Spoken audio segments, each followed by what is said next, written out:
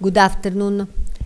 So we will start in few minutes, and we are waiting rector, but he will be here in few minutes, and we will start the afternoon session of this meeting, steering meeting, general meeting of this project, European project practices.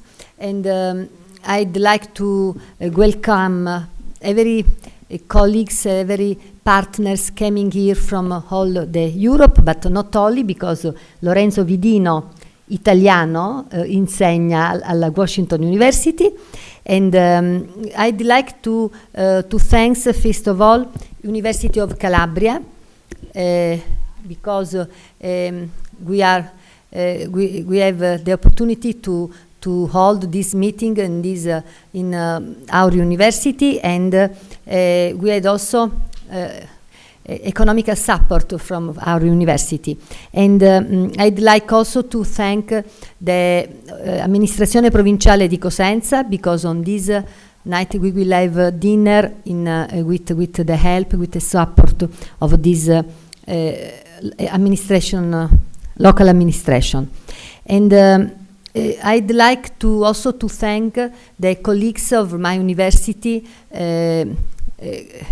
who are with me in this project, and they are Anna Elia from Department of Sociological and Political Science, and Luciano Romito from my department, Language and Educational Science.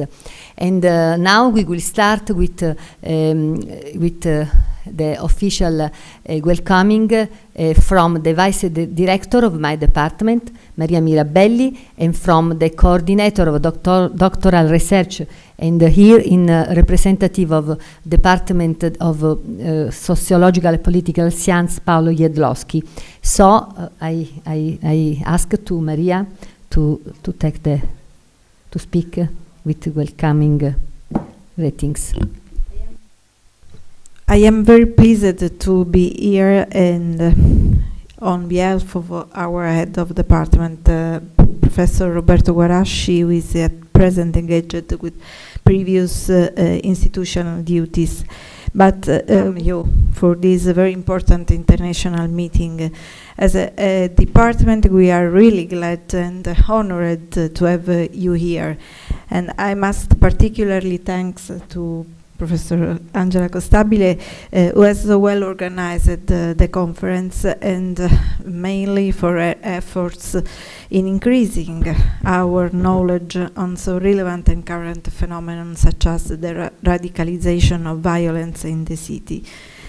Nowadays, it represents a particularly sensitive issues in a period in which we are constantly witnessing an increasing radicalization, and it's particularly important to pay attention and think about the risk of a polarization on our society. So I think that is important to the communication and information activities of this strategy, and promoting social cohesion, ensuring that security concerns do not prevail over the duty of respect for human rights and the rule of law. And I think that is crucial to underline the key role of the educational function, especially those carried out by families and by school toward young people and generation, with particular attention to topics such as the respect for cultural diversity, human rights, and the damages done by the hate speech. All this, the awareness that everywhere and every time the fight against radicalization is a long process that must be managed over time, and this make the research network even more significant. I wish you all a fruitful meeting, and I hope that we may host you soon in our department and the university in a further occasion. Thank you very much. So, Professor Paolo Jedlowski. Well, my welcome to you all too. Very happy to be here. Thank you for your work. Thank you for being here in Rende at the University of Calabria. It's a university which we are very proud of. I mean, Calabria is in Italy one of the difficult region for many reasons.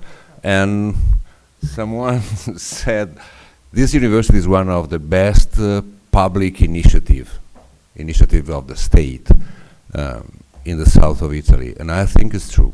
It's true.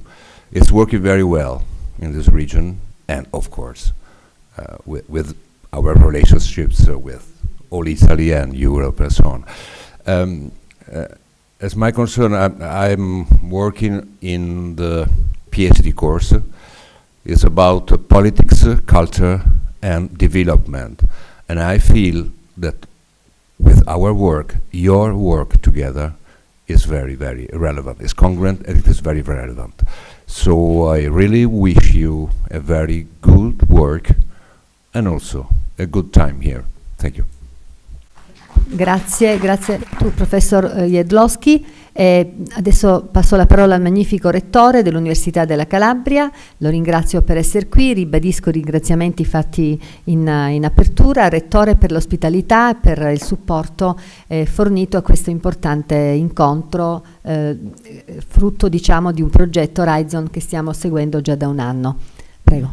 Welcome to back in Calabria, University of Calabria, because it's the sorry for the other people. We know the Calabria University. Just the person the first time they visit Calabria, University of Calabria. The University of Calabria is a very unusual university in Italy because usually for all the tradition, the university in Italy is inside the city. Different departments, many distance between different departments. In Calabria University is a typical, very similar American campus university. We have a lot of different activity all together. All department is in the same place, the room for the students, for many things. We have 2,500 different apartments for students around the campus and many other activities. Just we have one not presentation video in 6 minutes in order to give an idea about the university department. All information is more easy for me.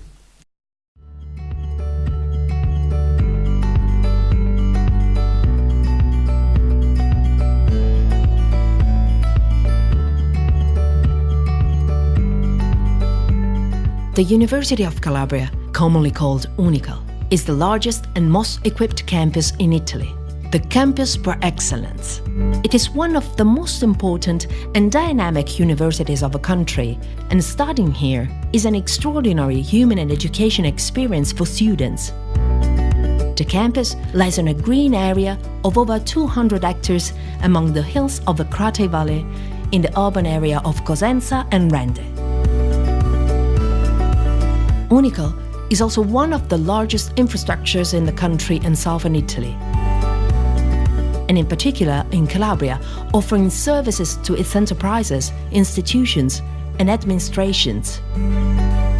The campus architecture is based on the extraordinary project of the Bridge by Vittorio Gregotti. The bridge represents the central axis of the structure. Its sides are connected to the cubes, hosting departments, laboratories, and office rooms.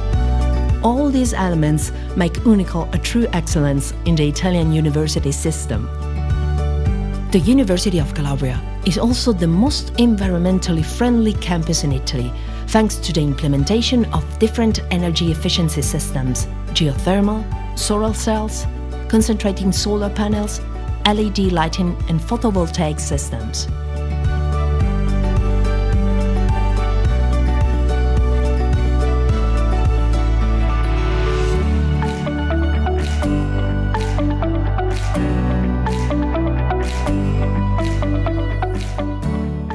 First of all, the University of Calabria is the campus of education, thanks to its wide and transversal offering of degree courses. Ho trovato qui proprio quello che cercavo.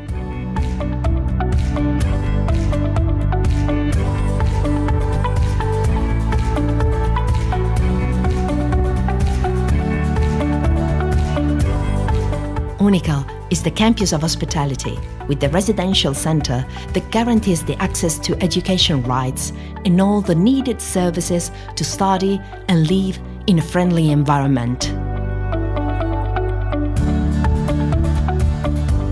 It is the campus of research, carried out in the 14 departments and in the several top-quality laboratories. Unical's is top-quality research, as witnessed by received acknowledgements as well as international rankings.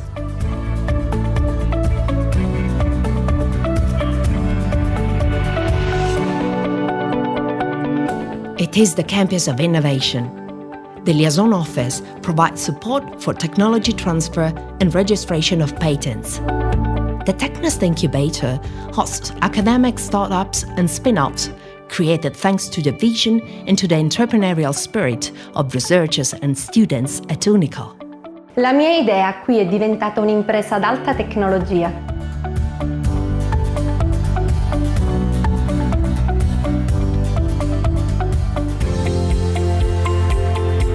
It is the campus of culture, with theatrical performances, shows and exhibitions, cultural events and concerts taking place all year long. Sta per iniziare. The campus hosts two beautiful theaters, the Tau Teatro Auditorium with 580 seats and the Piccolo Teatro with 300 seats. It also has two cinemas and 3 amphitheaters. Cultural facilities are managed by the Centro Arti, Musica e Spettacolo.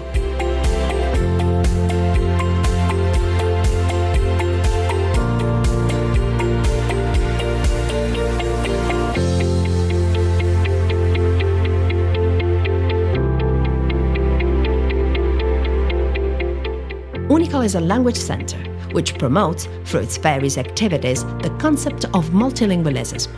Unical has the largest library system in southern Italy, with over 400,000 books and 900 seats. Qui si studia proprio bene.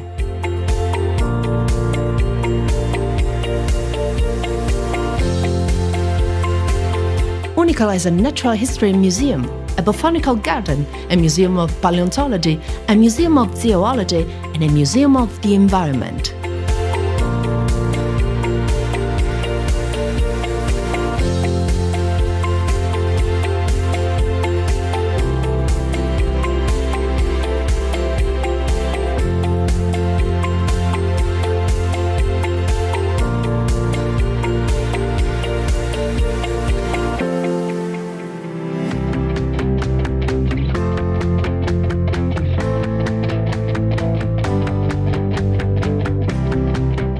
It is the campus of sport, with a well-equipped and lively university sports center for amateurs and professionals.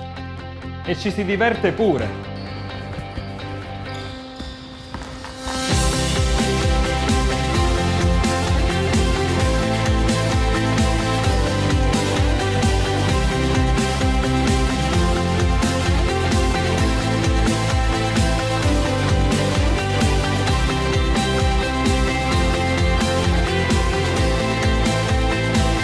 It is the campus of inclusion, providing services for students with disabilities, with specific learning disabilities, SLD, and with special educational needs, SEN.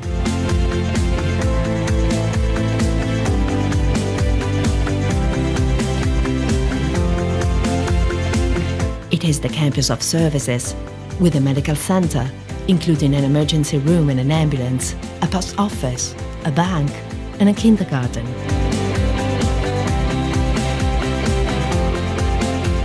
It is the international campus, with over 600 students coming from more than 60 countries thanks to Erasmus exchange programs and more than 125 scholarships for foreign students. Siamo tanti, proveniamo da molti posti lontani. ma qui ci si sente subito a casa.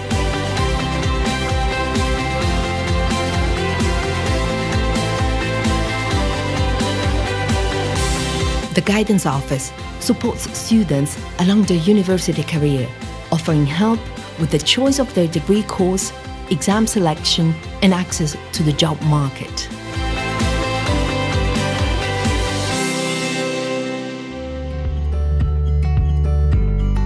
The excellences of the University of Calabria offer education and support to students in order to build high-quality future perspectives.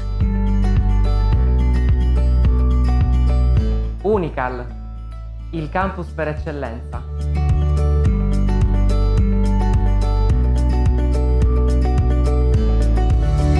This is Unical now.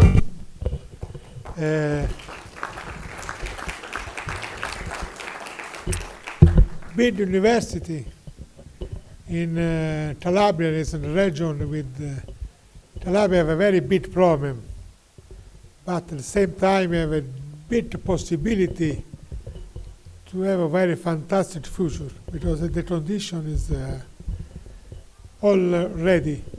Environment is fantastic. The people is usually is very big, very nice people for hospitality for many things. I hope the new generation possibility to Calabria to change idea about the Calabria and the world. And University of Calabria have the only possibility to new economy growth for the Calabria. In University of Calabria, very strong activity to translate the high-tech research in spin-off and many things. I hope that in the future, in the next you visit in Calabria, you found a very different situation. We are ready. Thank you. Good condition for good relationship with the environment for the Calabria students. For me, Calabria have one very big problem, just for me. When I was in Calabria, one thing is a very difficult to make a diet. The food in Calabria is very good. I hope they will stay well. Thanks. Thank you to Rector. And now I'd like to invite Professor Serafina Lava, coordinator of this project, to introduce the work. Thank you. Bonjour à tous. Malheureusement, je ne parle pas anglais. Je voudrais juste introduire notre collègue Lorenzo Vedino, qui nous fait l'honneur d'être parmi vous. Il a déjà été présenté, c'est un des experts internationalement reconnus sur les phénomènes de terrorisme, de radicalisation et d'extrémisme. Il a plusieurs qualités. Il est jeune, il est italien et il est américain.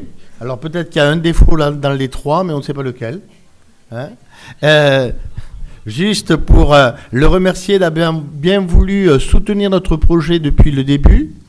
Quand ce n'était simplement qu'un bout de papier avec quelques idées et quelques chercheurs qui souhaitaient, il a dès le début dit qu'il acceptait de faire partie de notre conseil scientifique, de notre advisory board, et par cela, il a permis à d'autres collègues de nous rejoindre, car son nom fait qu'on se rapproche de nous, et je crois qu'il a participé à la réussite du projet Practici. Je voulais la remercier.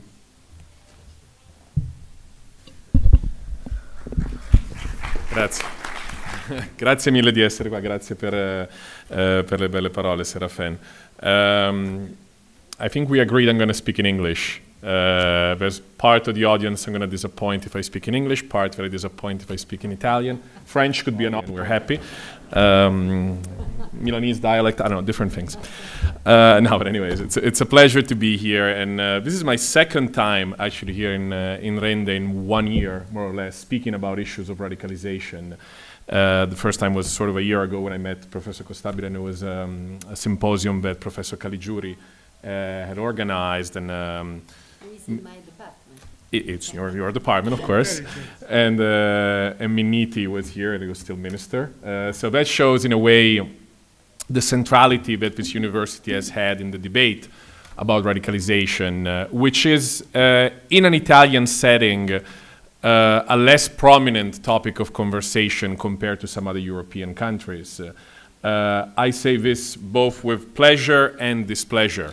The main reason, I would say, why these conversations about radicalization and prevention of radicalization are not very prominent in Italy is because we have been lucky enough, and we also have to thank the law enforcement and intelligence community for their work on this. We haven't been touched by attacks in the last few years.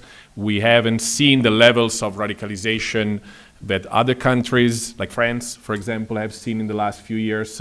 So things have been, and obviously, let's all knock on, in Italy we say iron, it's wood in English. Let's do just wish that the future will also be as kind to us. But we haven't seen the problems we've seen in other countries. So that's a good side. The flip side of that, the negative part of that, is that we have not seen the same level of smart conversations about the future. We know that there are issues of radicalization in Italy as well. We have seen signs. We have just seen them on a smaller scale compared to other countries. We were having the conversation during lunch, and we were saying, do we have to wait for something like an attack to happen to then start talking about these issues in a smart way and to talk about prevention? And obviously, the answer is no to that.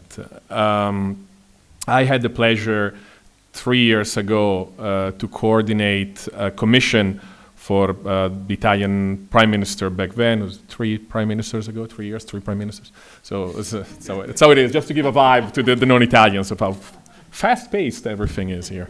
It was under Prime Minister Renzi first and then Gentiloni. So the first commission that looked at the prevention of radicalization in Italy. And again, was the idea that as much as our counterterrorism community has been good at keeping in check certain phenomena, we are now seeing with an increased frequency some of the radicalization problems we have seen in other countries for a longer time. We are maybe 10 years behind other European countries in terms of trends, in terms of size of the problem. For once, it's good that Italy is behind the rest of Europe. We're often behind in not so good things. This is a good thing that we are behind, but that should give us the opportunity to look at issues of radicalization, of prevention of radicalization, see what happened in other countries, study them, see what other governments did, what they did right, what they did wrong. Obviously apply these dynamics to our own culture, our own settings, our own political system, but obviously have this kind of conversation. And I'm not so sure this is happening at the point. Not that in other countries, that is not to say that in other countries they have figured out, they have understood this issue of radicalization and prevention. I think even in countries like France, like the UK, like Germany, that have seen issues of radicalization for a long time, we're still very much seeing debates about the core issues related to radicalization, starting with the big question, what is radicalization? And I think we've had this, in the morning we've had this debate, and obviously there's not a consensus as even what is a definition of radicalization. Obviously, if we don't even have a definition of radicalization that is commonly accepted, there's even bigger problems in finding answers as to what causes radicalization. So it's a very complicated debate that is taking place throughout, I would say, Europe and throughout the world about what is causing radicalization. So first of all, let me try to answer some of these questions, obviously not in a way that would solve these debates. First of all, radicalization. It's an ugly term. Nobody really likes it. We were saying that during the meeting in the morning, what is radical to me might not be radical to you. What is radical today might not be radical in 20 years. What is radical in Italy might not be radical in another country, and vice versa. So it's very subjective, very arbitrary. Generally speaking, sort of the somewhat most accepted definition is that radicalization is a process through which an individual adopts an extremist ideology that includes the endorsement and the acceptance of violence to further a political goal. So, process, political goals, violence. Those are sort of the three key elements. Beyond that, obviously, there's different implications as to what radicalization could be. And then we have theories. The second question is, what causes radicalization? And again, if you put 10 academics in one room, you'll get 15 theories as to what radicalization, what causes radicalization. I would say at this point, and the debate about radicalization has been going on for the last 15 years, more or less. If you look at terrorism studies, historically, it traditionally looked at how groups operated. If I'm thinking from an Italian experience, we have a lot of literature dating back from the 1970s and 80s that looked at the Red Brigades, left-wing, right-wing extremism, and looked at groups, how groups operated. If we look at Spain, it would be the same. ETA, how groups like ETA operated. The last few years, we've concentrated from the group dynamics to the individual dynamics. How and why do people join groups? How and why do people leave groups? So from the group to the individual dynamics. So from sociology to psychology, if you will. I'll get to that in a minute. I would say at this point, there is sort of an understanding that there is no one theory that explains radicalization. There is no common profile of the individual who radicalizes. There is no one factor that drives people to radicalize. And there's no one theory that captures these very complex and very individualized dynamics. The times you hear somebody saying, oh, people radicalize because of this, and they will come up with just one factor, it's generally a politician. It's generally somebody that has sort of a political agenda of any kind and will try to simplify things and sort of make it to his or her own advantage politically. Generally speaking, it's a variety of factors working together. I would say there's three main approaches, three main theories that try to explain radicalization. And the first one is probably the most commonly used. It's the sociological approach, the socioeconomic approach. We discussed that a bit in the morning. I'm a bit of a contrarian when it comes to that. So I'll be a bit the agent provocateur here and explain why I'm a contrarian to that theory. The idea is that, keep in mind, I'm talking just about sort of, for lack of better term, we call jihadist radicalization. We could apply this to any kind of radicalization. As I said earlier, I employ the term radicalization in a very neutral way. Radicalization can happen in relation to all extremist ideologies, left-wing, right-wing, nationalist, environmentalist, any kind of idea you want. We are talking, for a variety of reasons, mostly about jihadist ideology. But again, feel free to apply a lot of the things I say to other ideologies. Applied to jihadist ideology, the socioeconomic approach postulates basically this.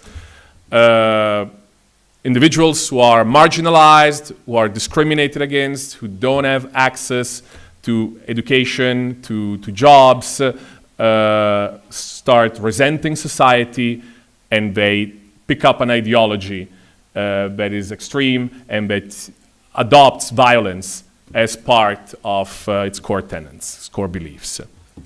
Now, that makes a lot of sense intuitively, and I'm not telling you that one should not look at the socioeconomic environment in which a person lives.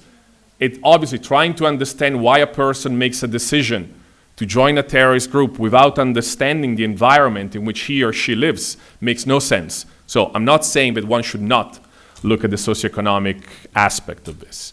But let me come up with a few examples that I think should sort of make the big believers in this approach doubt themselves a bit.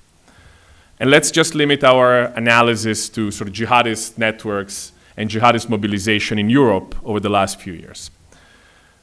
We have seen an unprecedented number of people joining Daesh, al-Nusra, and a few other groups in Syria, since around 6,000 Europeans.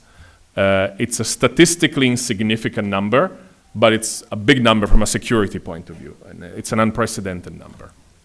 Now, if you look at where these individuals were coming from in Europe, they're not evenly distributed.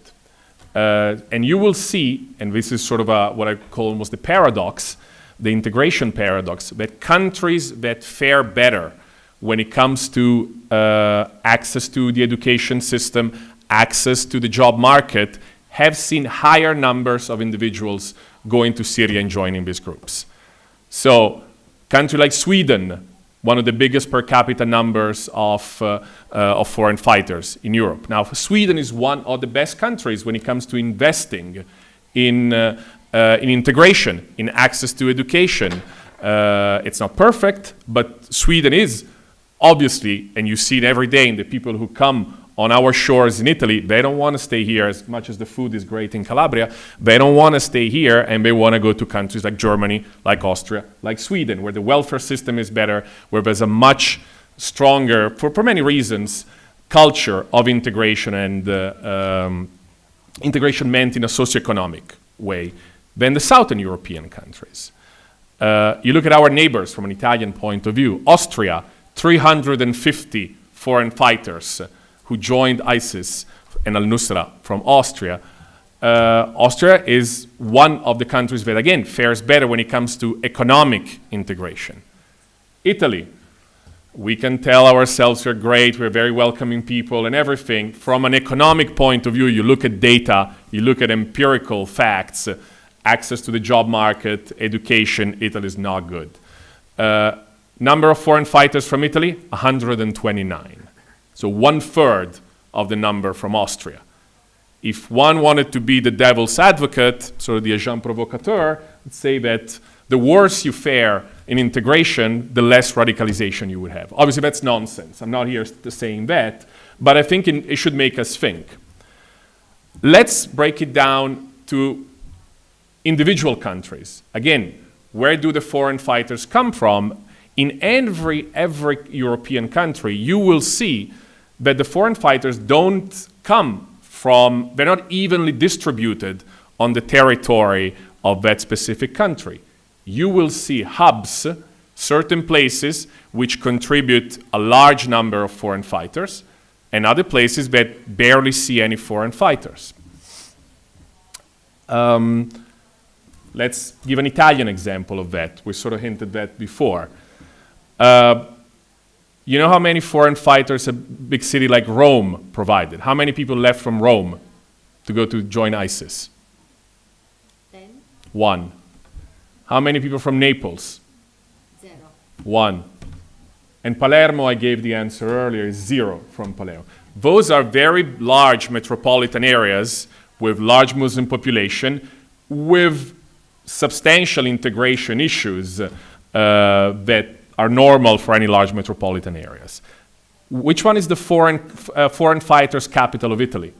The city that has provided the largest number of foreign fighters in Italy. Milan. Don't shoot against Milan just because I'm from Milan. Ravenna. Ravenna, again, by the very tiny number of Italian foreign fighters, has provided the highest number, 9 individuals. Ravenna is, if you read the every year the Sole 24 Ore, which is sort of the big economy, the Wall Street Journal of Italy, let's call it like that, provides sort of the list, the ranking of best quality of life in Italy. Ravenna is always number 1 or number 2. It's always between Ravenna and Siena. Which one is the best? Is Ravenna a sociologically problematic problem? Not so much. I would say that Napoli and Palermo are probably worse than Ravenna. What's the second city? It's not even a city that gives the highest number of foreign fighters. I should give myself the answer because nobody will ever get that. It's a town called San Donà del Piave. Tiny San Donà del Piave. Maybe we have an explanation. So it's lovely town with a high quality of life, very wealthy, very boring, and boredom is at times one source of radicalization. But I would say it makes it clear, why am I giving this example? You can apply this analysis to any European country.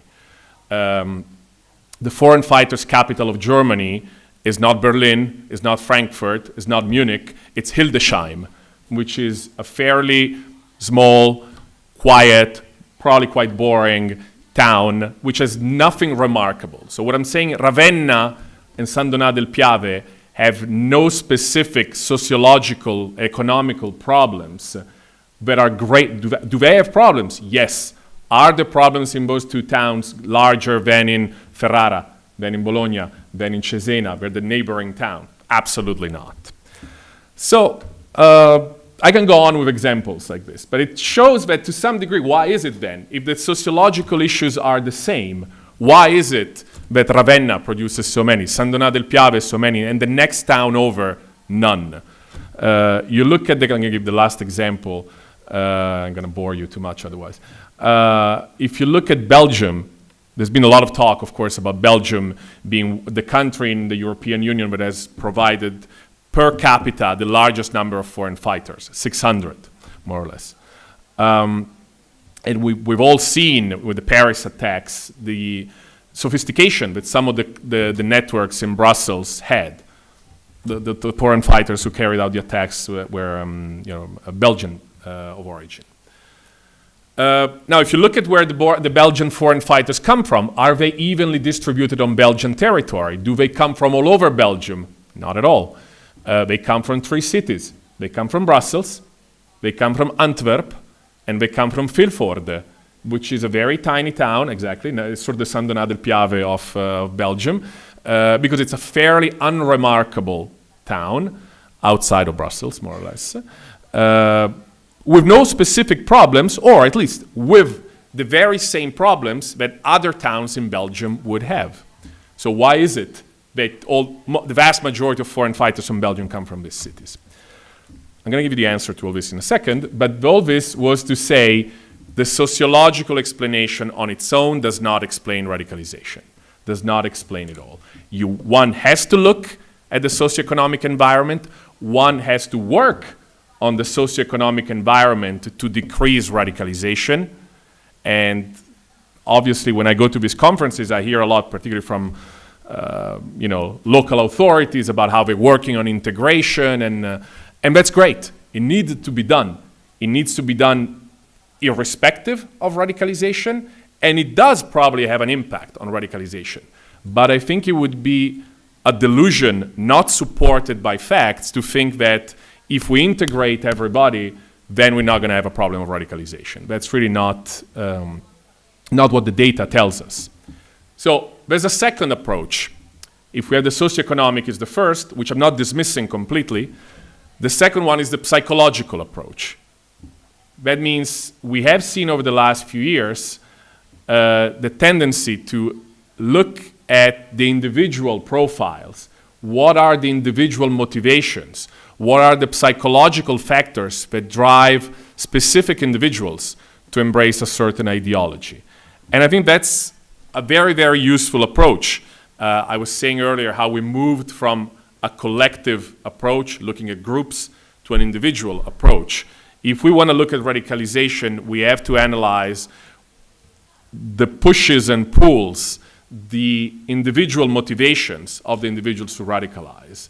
And we see today in Central and Northern European countries, in every unit and every entity that works on preventing radicalization, whether it's at the local level, it's the law enforcement, intelligence level, you're going to find a psychologist. You're going to find somebody with that background, and that is, I think, extremely, extremely important. But again, it's not just about psychology. It's not that in Ravenna and San Donà del Piave we have more psychologically weak people than in Napoli, Palermo, or Genoa. Obviously, that's really not the case. So there's a third level of analysis, which together with the first two allows us to understand, or to some degree understand, radicalization. And it's a very simple dynamic, which is radicalization is often about who you know. Radicalization is about contact with other radicalized individuals.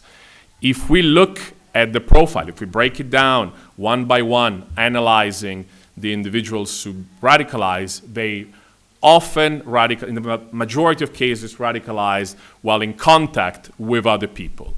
Radicalization, there's a lot of exceptions to that, and social media, to some degree, has created greater exceptions to that. There are people who radicalize just on social media. It is true. But radicalization often happens when small groups of people come together, embrace the same ideology, move along in embracing the ideology together. And that is a process that in most cases happens online and offline together. Now, I cannot think of a single profile, a single individual who has been involved in jihadist activities in Europe over the last 5 years that was not online. Everybody is. I cannot think of anybody who was not at least a consumer of online propaganda. But we, again, would be deluding ourselves if we thought that everything was about the internet, that it was just about online. In many cases, it's a combination of online and offline interactions that lead to radicalization. So it's a mix of these three approaches. It's the environment in which you live, it's the psychology that you have, the weaknesses, the tendencies that one has psychologically, and it's the contact with people who are already radicalized and that, for one reason or the other, take you along a journey of radicalization. It's about how people feel, it's about how they perceive their conditions, and how certain actors exploit those feelings by leading them on a path of radicalization. I was reading one of the materials that the group has put together, which is writing by Dunya Buzar on the motivations, and I think she breaks it down very well in trying to look at the variety of profiles and motivations. And what she says is what basically at this point most people agree, most people look at radicalization, that there is no one single profile. The motivations are very different. She uses 6 or 7 categories. I wrote down some of them as I was flying here. People who are attracted by Daesh land, people who want to go to an ideal society. Again, it's no different from people who 40 years ago wanted to create the proletarian paradise and wanted to create a perfect society with justice for everybody. And in a way, that's what, to some of its misguided youth, Daesh land means. There's what she calls Mother Teresa, the people who feel they want to do good, they want to help other people. And again, that sense of doing good is often exploited by radicalizers.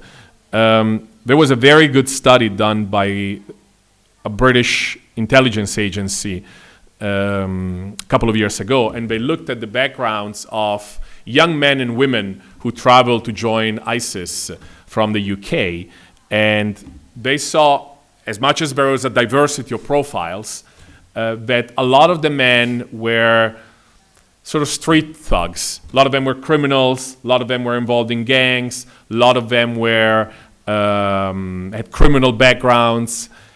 The women had a completely different background. Most of the women were highly educated or pursuing higher education, and many of them had a background in either education or nursery.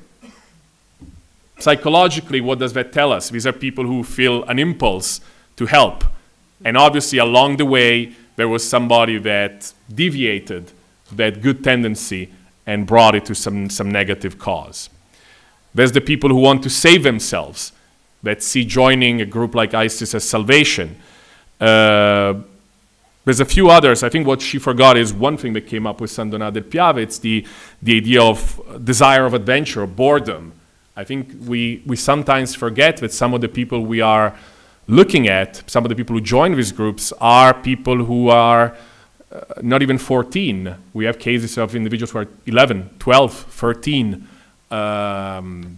And obviously they do not have a personality fully formed to make decisions in a fully informed way. But even for people who are older, the sense of boredom, the idea of participating in an adventure, which to some of them is the extension of the video game they play home, it's a big motivation. So it's a mix of motivation for most people. It's not just one, there's no one profile, there's no one trajectory, and groups like ISIS do know that. If we look at the propaganda that these groups put out, it doesn't touch just one chord. It tries to use different approaches, knowing that its target audience has different motivations. It's supply and demand.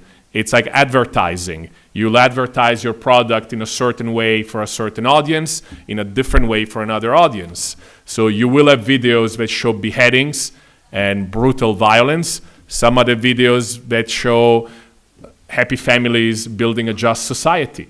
And one doesn't exclude the other. They're actually one supporting and reinforcing the other. It's this idea of supply and demand, which I think is a good way of looking at the process of radicalization. So on one hand, there's demand. There are people who are, in a way, looking for answers. But mostly young people that for one reason or the other are confused about their identity, about their place in life, their place in society, and are looking for an answer. That's the demand side of things. I think there's one of the most cited theories, the French on the panel would be very familiar with it, is the idea that Olivier Roy and other people had discussed, is the idea that a certain interpretation of Islam, sort of a Salafi jihad interpretation of Islam, provides a sense of super identity, super national identity. If a second, third generation, let's say French Muslim, is confused, am I Muslim? Am I Algerian? Am I French? Are all these things compatible? I don't feel accepted in French society. I'm using French, it could be any other country. I don't feel accepted in French society. I feel discriminated. And again, that feeling could be real, or it could be just a perception. It doesn't matter. It's a perception that matters at the end. The answer that comes from a certain milieu is, yes, you're not accepted in that society because you don't belong in that society and you don't want to belong in that society. You're not Algerian, you're not French, you're just Muslim. That's your own identity, and Muslim the way we tell you the right Muslims are. So that message, of course, doesn't have appeal for the majority of European Muslims. As I said, we're talking about a statistically insignificant number, but it does have appeal on a relatively large number of people, some of whom will then make the leap into violence. It's ideology that matters. This is a long way for me to get to the point that socioeconomic factors have to be looked at, but it's about the demand and, on the other hand, the supply. And the supply is the ideology, is the message that comes from certain groups to young, disenchanted people. That disenchantment, as I said, can come purely from psychological reasons, for no reasons of discrimination or anything. If we look again at some of the data, we see that in many Western countries today, depends from country to country, but between 20 and in some cases, if we look at the United States, for example, 40% of individuals who have been arrested for jihadist activities are converts. So not people who are born into the faith. These are not people who have been per se discriminated as Muslims necessarily. These are people who found a sense of belonging in a certain radical interpretation of Islam. Those who radicalize, find a certain ideology appealing. And why is the ideology appealing? And this, again, it's an analysis that you can apply to any kind of ideology. A good extremist ideology would basically have three elements. And I think if we are, and this is why we're here, to look at solutions, to look at counter messages, to look at ways to weaken the ideologies that drive young people to radicalize, breaking down these elements is important. A good radical ideology would have, first of all, good diagnostic frames. So it would give a good diagnosis as to why the situation is bad. So if you are a disenchanted person, you look at society, you don't feel that you belong, you see injustice, a good extremist ideology would tell you it's not your fault. The reason why you don't feel you belong is because that society is unjust. The way it's structured is corrupt, it's immoral. It generally ties that analysis to some conspiracy theory, but it basically tells the person it's not your fault, it's because society, the way it's structured, is wrong.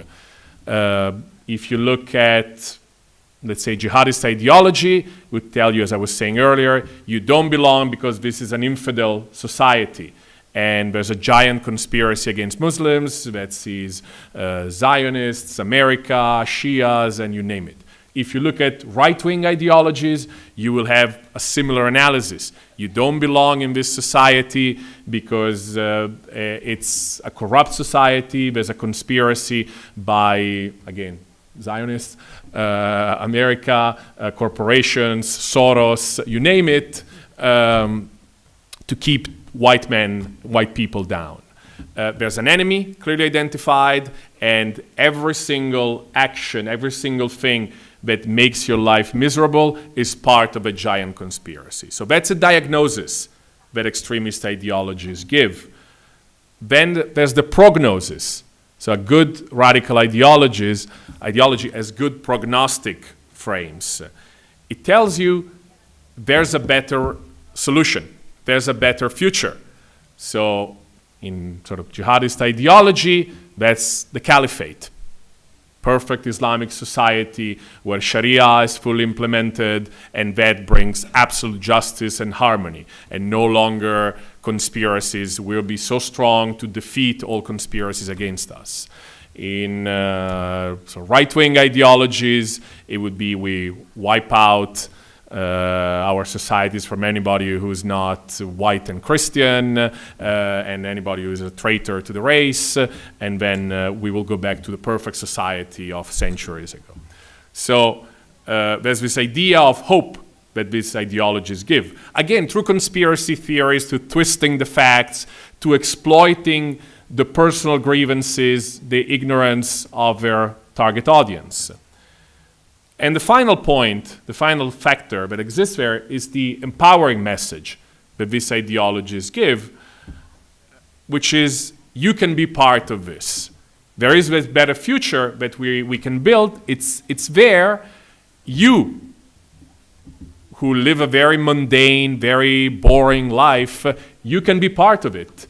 You can be going to school in San Donato del Piave. You can be living your day-to-day life. You can be part of something bigger, which is creating this perfect society.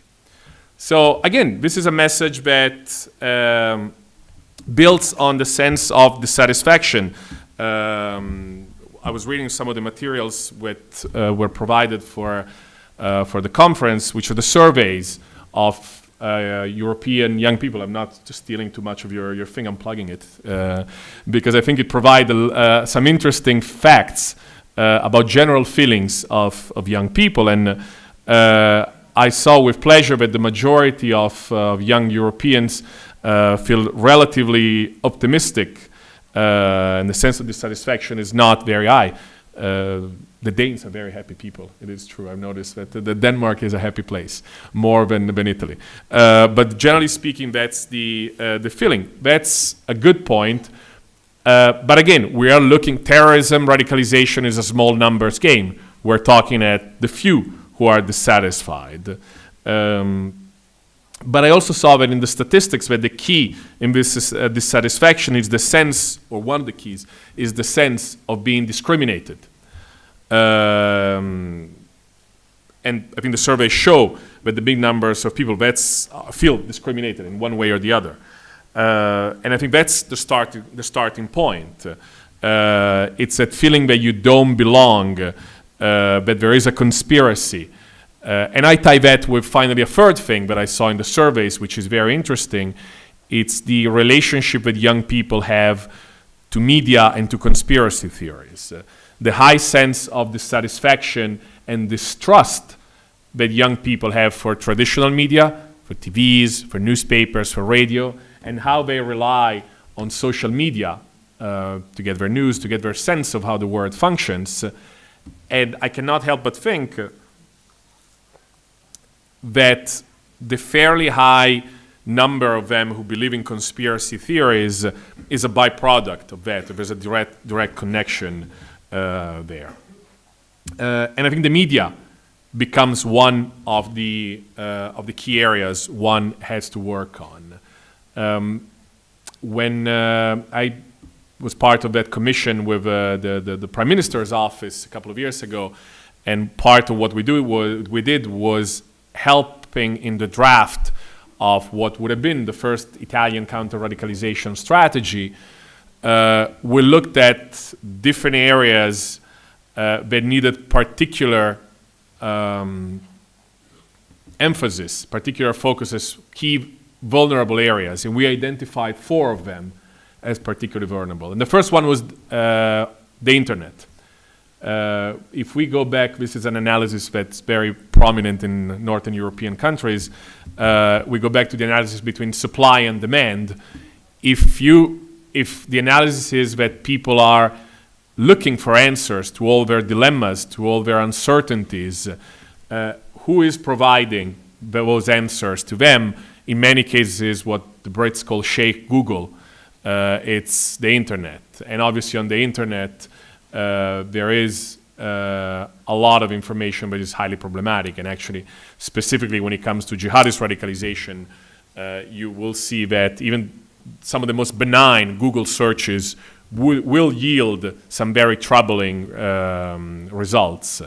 This is one of the reasons why in many countries we're starting to see very close partnerships between a variety of companies, internet companies like Google, like Facebook, and civil society and governments to try to do something about it, fully understanding that it's very difficult to work on such a quintessentially open space like the internet, but working in not so much in shutting down profiles, not so much in shutting down Facebook pages and so on, something that is at times difficult to do, but in providing alternative messages.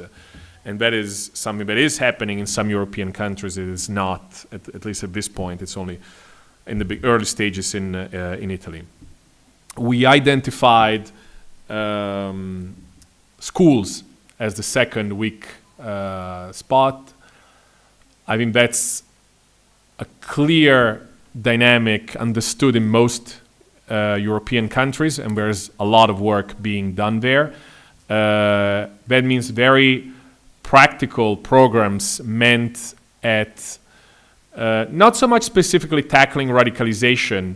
I think one of the lessons that we've seen in radicalization prevention work in most European countries is that the moment you attach the radicalization label to a program, people will be immediately sort of taken aback and will not really cooperate with this kind of programs. But programs that seek to install a sense of belonging, a sense of critical thinking, a sense of dealing with disagreement and dissent in young people, a sense of citizenship,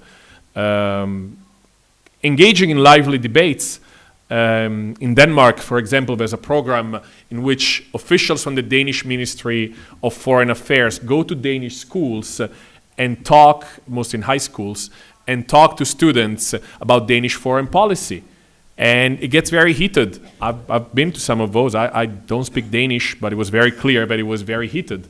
But it was done in a way to dispel conspiracy theories. What I heard is that there were students thinking that Danish troops were in Afghanistan to spread publications of the Danish Mohammed cartoons to Afghan people, which, as you can imagine, is definitely not the case. But this is some young people brought up, and it was a conversation that needed to happen. Schools are incredibly important. Back when the draft law was presented in the Italian parliament, there were some 10 million euros per year for 2 years, if I remember correctly. allocated to work in Italian schools on radicalization prevention. So that was, again, a drop in the sea, but still would have been a good start of something that is happening in some Italian schools, but in a very unsystematic way, just individual initiatives here and there. The third point we identified as a weakness is something that would be very fitting here in Calabria, is young migrants, is individuals who have come recently on our shores. Now, the data shows us that the majority of people who radicalize in Europe are second, if not generation individuals with a large number of converts. So the linking immigration with radicalization, I'm fully aware of the political labyrinth I'm dragging myself into by saying this. It's a problematic link, but the data doesn't support that direct link between immigration and radicalization. The majority of attacks have been perpetrated by individuals who are born and raised in Europe. Majority of the foreign fighters were born and raised in Europe, with a few notable exceptions.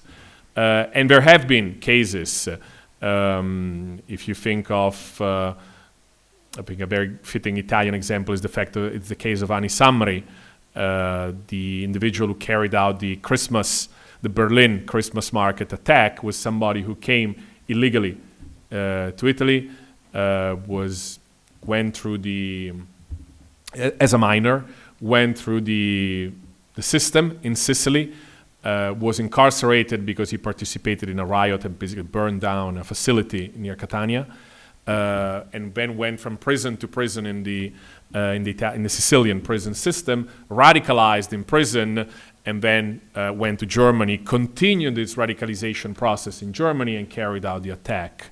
So he's sort of a quintessential example of a young person that came here and radicalized here. It goes without saying that there is the potential of young people who are in precarious situations, and in many cases there have been reports, for example, from Greece, of radical elements within the camps that exist in Greece radicalizing people. That's a quintessentially fertile environment. So attention, and I know that authorities have had attention on certain situations like that. In Italy, I'm thinking of like a place like Borgo Mezzanone near Foggia, very, very problematic dynamic there. And the fourth dynamic, and I'm kind of sad that we don't have necessarily the right people to discuss that here today, is the prison system. That's clear in every European country. We have seen, and again, the case of Ani Samri, the Berlin Christmas market attacker shows it. Prison are the obvious environment, fertile environment in which individuals can radicalize. And so it is a particularly troubling environment. Again, I'm speaking from an Italian point of view, we are a bit lacking behind when it comes to prevention on these subjects. From the repressive point of view, I think Italy has done a very, very good job. Again, another very politically sensitive topic, but the tool of expulsions, deporting people who are radicalized, what people that in France would be affichés S, so people who have not crossed the line into criminally relevant behavior, but are nonetheless radicalized.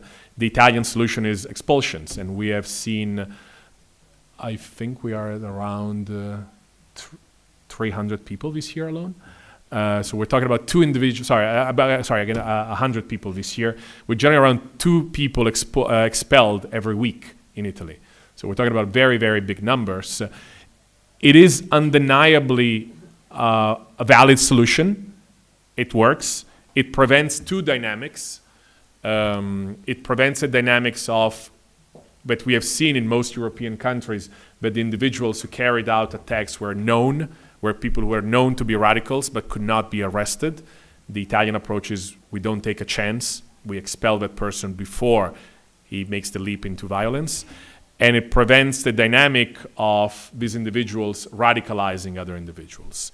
There are some civil liberties, human rights implications in this that are clear and discussed and need to be discussed. But from the strict lenses of counterterrorism, that's an approach that works. But everybody, and I think the first people who do understand that in Italy are law enforcement and intelligence practitioners, you cannot expel your way out of the problem. You cannot expel everybody for many, many reasons, including the fact that a growing number of people who are radicalized are Italian citizens now. And you cannot expel those. So we are very much lagging behind when it comes to creating alternatives. We have seen, again, I'm wrapping up with some of the Italian experiences, we have seen some initial experimentations here and there. We have seen, for example, some prison de-radicalization attempts, a couple of them in Bari. The imam from Trieste earlier was mentioning the one in Udine with an individual who's 16, so cannot be expelled. They are admirable attempts, but not always done with the right knowledge, with the right resources, and I'm talking about both financial and human capital, and with the necessary legal background, because of course these issues are very delicate and require some kind of legislative framework around them. There are programs in more of preventive nature in prisons and in schools. Again, I don't want to be overly negative on them, but I think they are somewhat improvised. There's not the same level of quality control that we see in other European countries. In many countries, when you run programs like this, there's a serious scientific research on how they are done, how they have to be evaluated, and that is, for the most part, with a couple of exceptions, lacking in Italy. And at this point, there's not much of a debate at the political level on how this is to happen.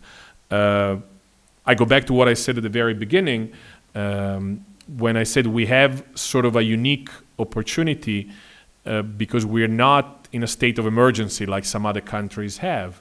My French colleagues and friends might agree with me that introducing some measures when your country is under serious threat and basically in emergency status is not the best of time. We have the luxury to some degree of starting this conversation about prevention when things are relatively quiet and we're not rushed by this emergency. But we are, I think, missing the opportunity at a time in which Italy is basically going a massive societal shift.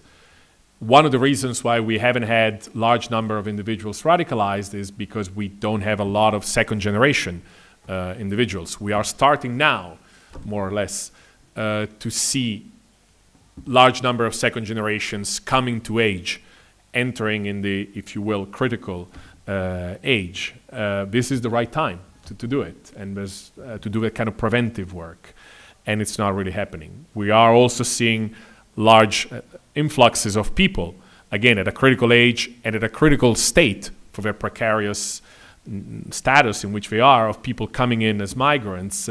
You mix the two. I mean, obviously nobody knows what the future holds, but I think there are reasons to think that there might be some concerns for the future. Security is only one lens through which one should look at all these issues.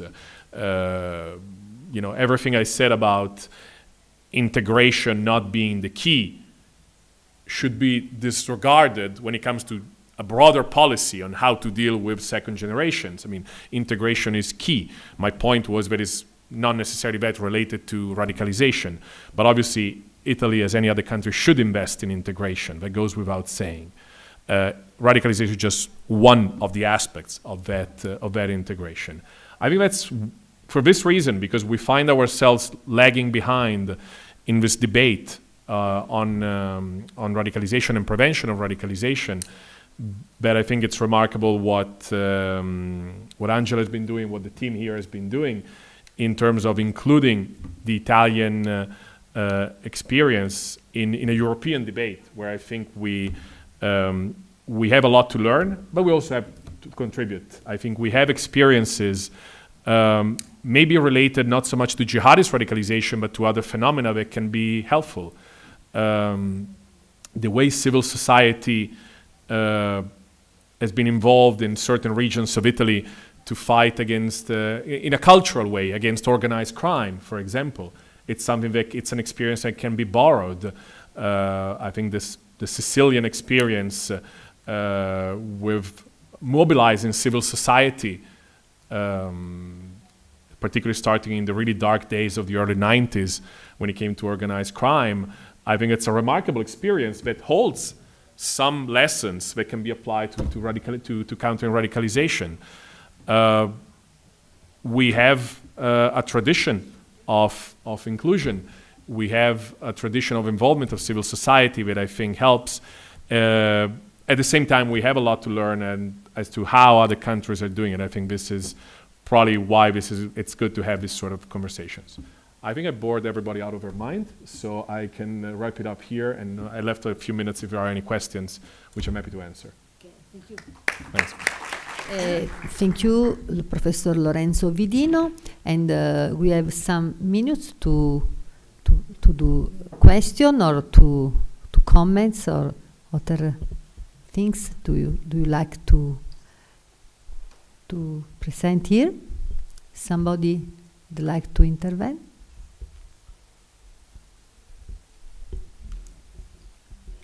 Okay, yeah.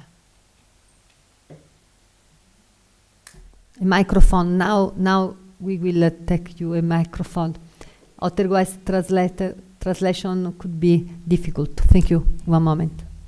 We can separately about the analysis of Antwerp and Vilvoorde, but I will talk now about Brussels. For me, mostly what I see is that there is a big problem with well-being of the youngsters we are working with. And this well-being is linked to their situation from sometimes third or fourth generation, but at the same time with an augmentation of the racism and prejudices in Belgium.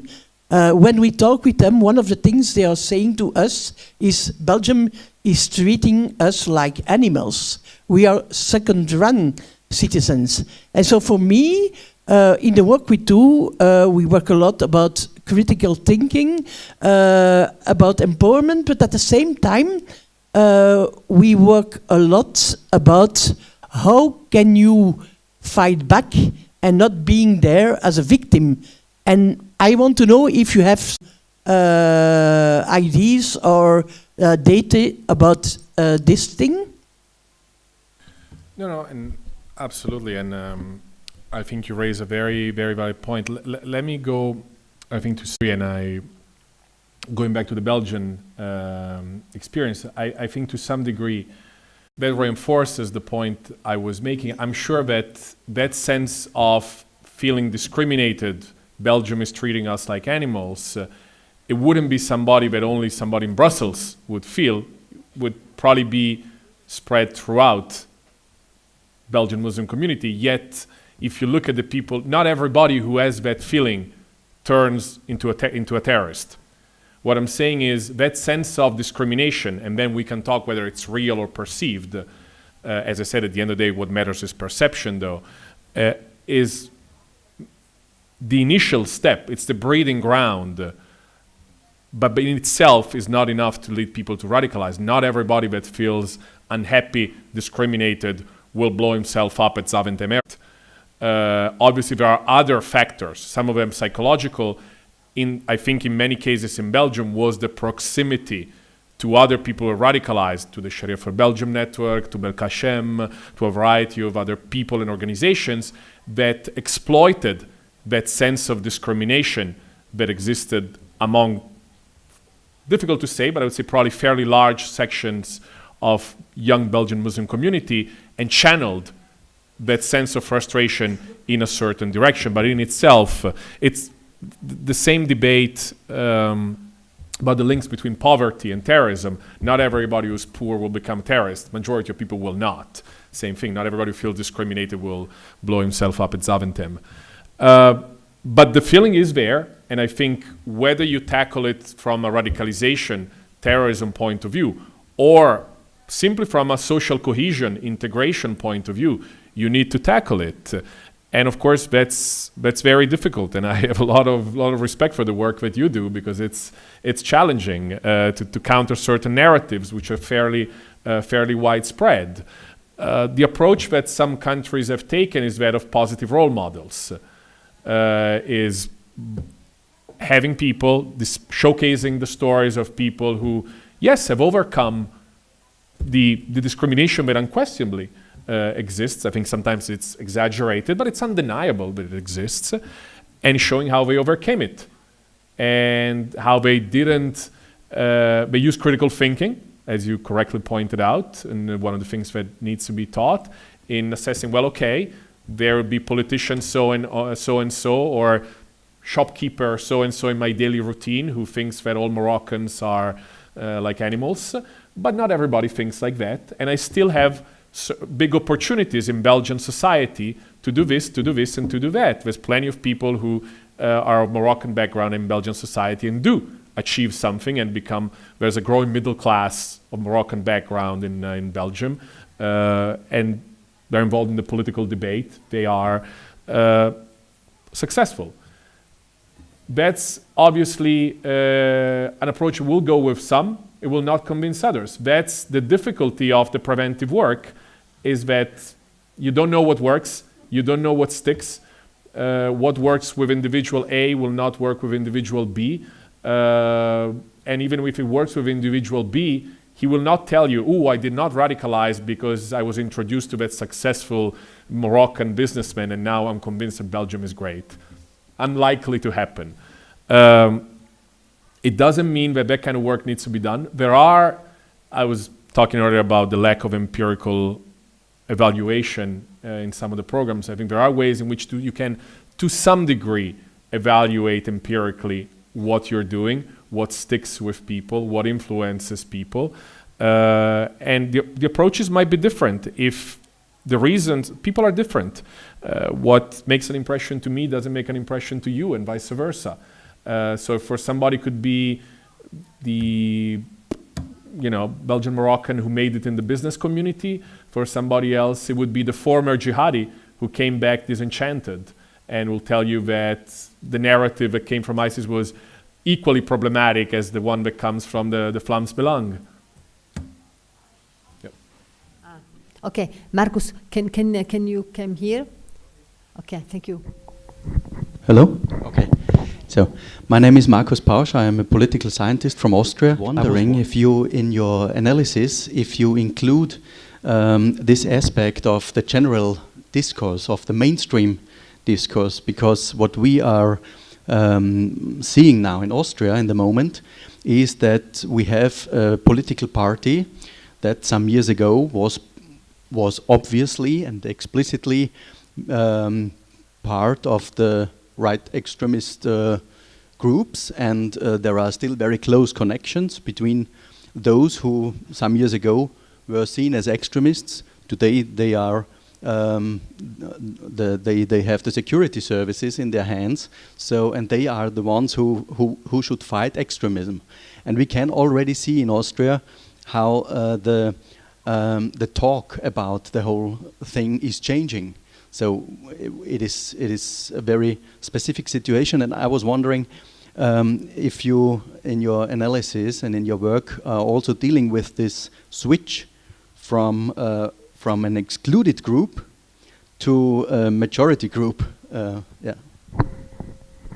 I don't personally, but I think you'll find a lot of very good research, including from some people from your country, that look at the phenomenon. I mean, it goes without saying, one doesn't need to do a lot of studies to intuitively understand that a certain narrative. If the ISIS message is you don't belong in that society, and now you have those in power in that society that tell you don't belong, you know, that's the recipe for disaster, if you will. People talk about the issue of reciprocal radicalization. That has become a very common topic between right-wing and let's call it Islamist radicalization, where one extreme can point to the other to its constituency and make the point and say, look, this is exactly what I told you. So if you have an Islamist narrative that says, you know, mainstream society, Austrian society, European society doesn't want you, don't even try. You know, your experience of these difficulties, you're trying, it's not going to work. They don't want you. They are, because you're Muslim, having certain forces in power that espouse a certain narrative will be a godsend to these groups. At the same time, you know, so in a way, if I'm an Islamist recruiter, I'm very, very happy about certain messages that come from the top. And at the same time, if I'm a right-wing recruiter, I'm extremely happy every time a jihadist attack happens, or any kind of action carried out by people with migrant background. I mean, there's been a few incidents in Austria over the last few weeks which are unclear if they were of terrorist nature or not. You know, a couple of guys who did very low-scale attacks against the police or random people here and there. Mental issues, political motivations, I mean, it was unclear in those dynamics. But in the narrative that went around on social media in certain milieus and how certain politicians talked about it in Austria, it was very clear the connotation was given as, you know, Islamist, migrant, and so on and so forth. So again, a godsend to them. I think it's an analysis we can all agree with. I'm not sure what can be done. Because at the end of the day, that's how things are going, and I think in a way, even I mean, obviously, there's always a talk about how media handles certain things, but you know, the data we see is clearly that you can't control media anymore. I mean, it's always been a free press in theory, but even more today is that most people get their narrative wherever they want it to be. We wanted to get it from. So I find it very difficult. I haven't seen. Maybe I'm not looking in the right places, but or maybe because we're talking about very recent dynamics, studies that empirically show a spike or a diminishing, but probably a spike in radicalization as a consequence of the rise to power of certain right-wing movements in any country. Or, we've seen in a way clearly that certain individuals who radicalize do cite right-wing politicians as a reason why they they radicalized. In the Netherlands, many individuals have been arrested. I'm thinking, for example, the people who killed Theo van Gogh and so on. They do mention Geert Wilders often as one of the reasons why they embraced a certain ideology.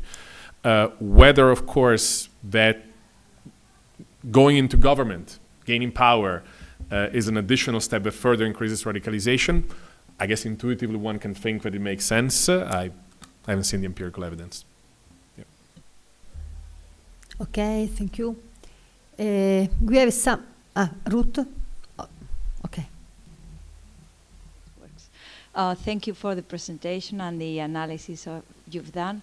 I would like to ask you about the scenario for the following years. I know this is not an easy question, but we've learned a lot about foreign fighters and Daesh Caliphate and how things work, narratives from then, and what is the, sorry for that, but what are we expecting for the following years? Thank you. I think to some degree we're now faced a bit of we're entering a new phase, that's clear. 2011 to 2014, 15 was the mobilization wave going eastward, so from Europe to Syria and Iraq. 2015 to 2017 were the years of attacks. If you look at it from the numbers, 2016 being the number with most attacks. 2018 being a surprisingly quiet year. And I think we are in a bit of it's been a bit of a surprise, because of course the narrative was that we're going to see a lot of attacks here because of, one, returning foreign fighters. The narrative is going to come back. They're angry, further radicalized, battle hardened. They're going to carry out attacks. And the second element to that was you're going to see a lot of people who are radicalized, no longer have a place to go, and so we're going to carry out attacks here. I think that was a very logical narrative. I think we sort of all agreed that, and then it didn't materialize, which shows how impossible it is to predict the future when it comes to these dynamics. Because 2018, we have seen a handful of attacks, most of them very low-key. Again, France is the country that has seen the most, as usual, as every year. But most of them have been carried out by lone individuals with no contacts, no affiliation to ISIS, acting operationally in full autonomy. But mostly we have not seen a lot of attacks. That has partially to do with the fact that law enforcement and intelligence agencies have become better on different levels, but we have not seen a lot. Where it's going, I think a lot of it depends on the geopolitical aspect. It is true that a lot of the dynamics that have to do with radicalization have to do with our own societies, the sort of social dynamics here, but they are very much tied to what happens in the region, what happens in... we would not have had that spike in radicalization in 2011 had we not had Syria. So I cannot tell you what conflict might, hopefully none, but what conflict might happen in the coming months or years, and if that conflict will drag people. I think a lot of people have been looking at different places where the mobilization might go. Libya, and again from an Italian point of view, that's obviously a very interesting place to look at. Libya looked at some point as a place people might go. There are some movements of people who have gone to Libya, some foreign fighters. There have been cases in which people who were in touch with different groups in Libya carried out or planned to carry out attacks in Europe. There was obviously the Manchester bombing, that's very strong Libyan connections.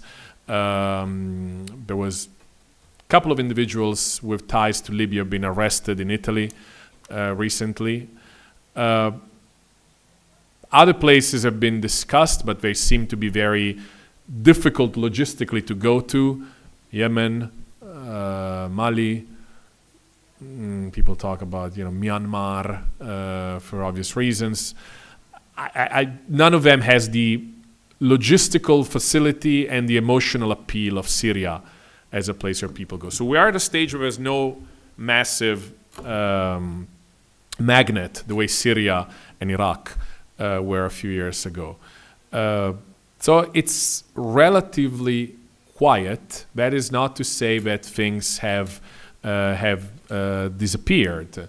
I think it's very difficult to assess what is happening. What is concerning, and I think what has continued over the last few years, is the fact that jihadism to some degree have become a subculture in certain milieus.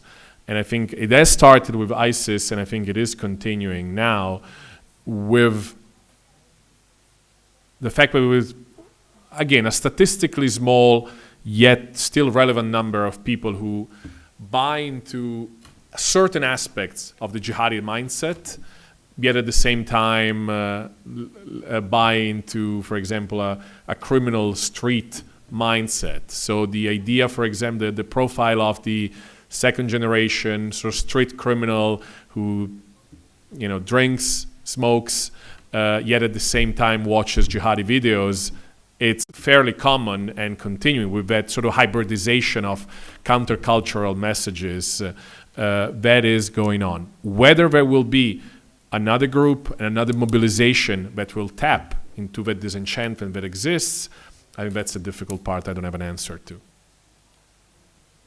Even if we have a little bit later respect to program, but I think that we need some minutes of break, and so in 10 minutes we will come back to participate to presentation by Nicolas Bequev and Cantar Survey. Okay.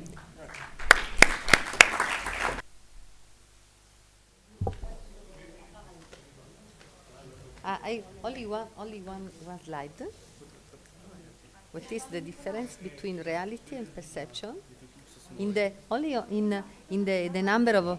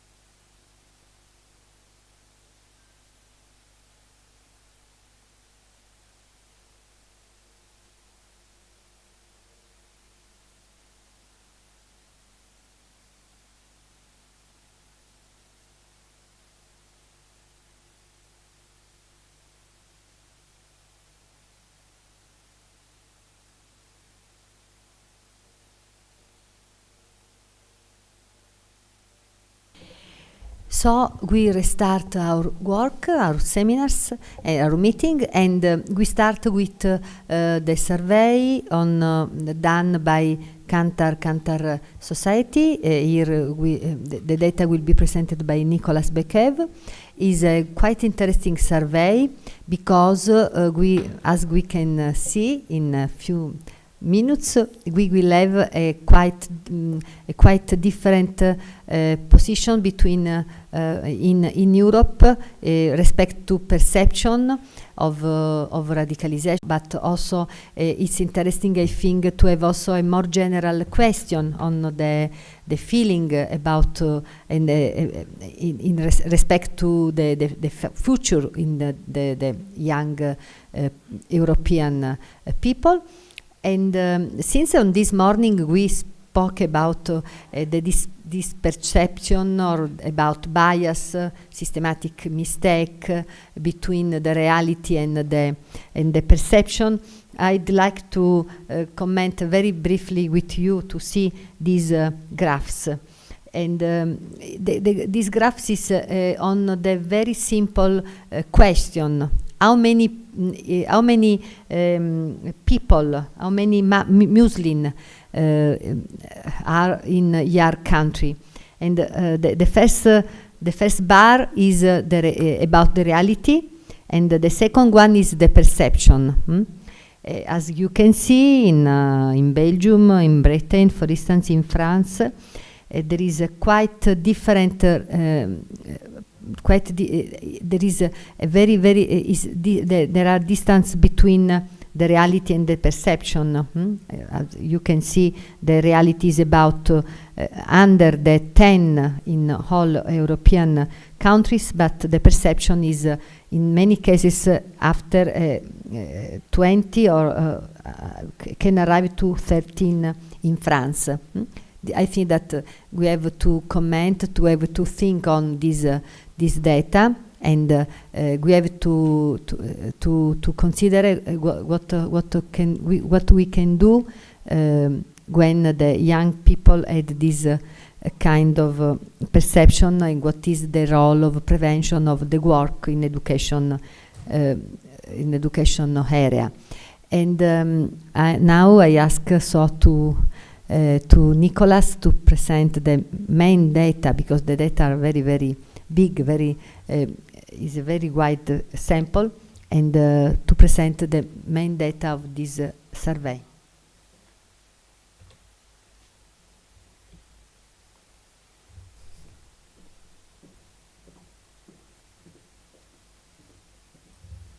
Thank you very much. So my name is Nicolas Becuve. I work for Kantar Public.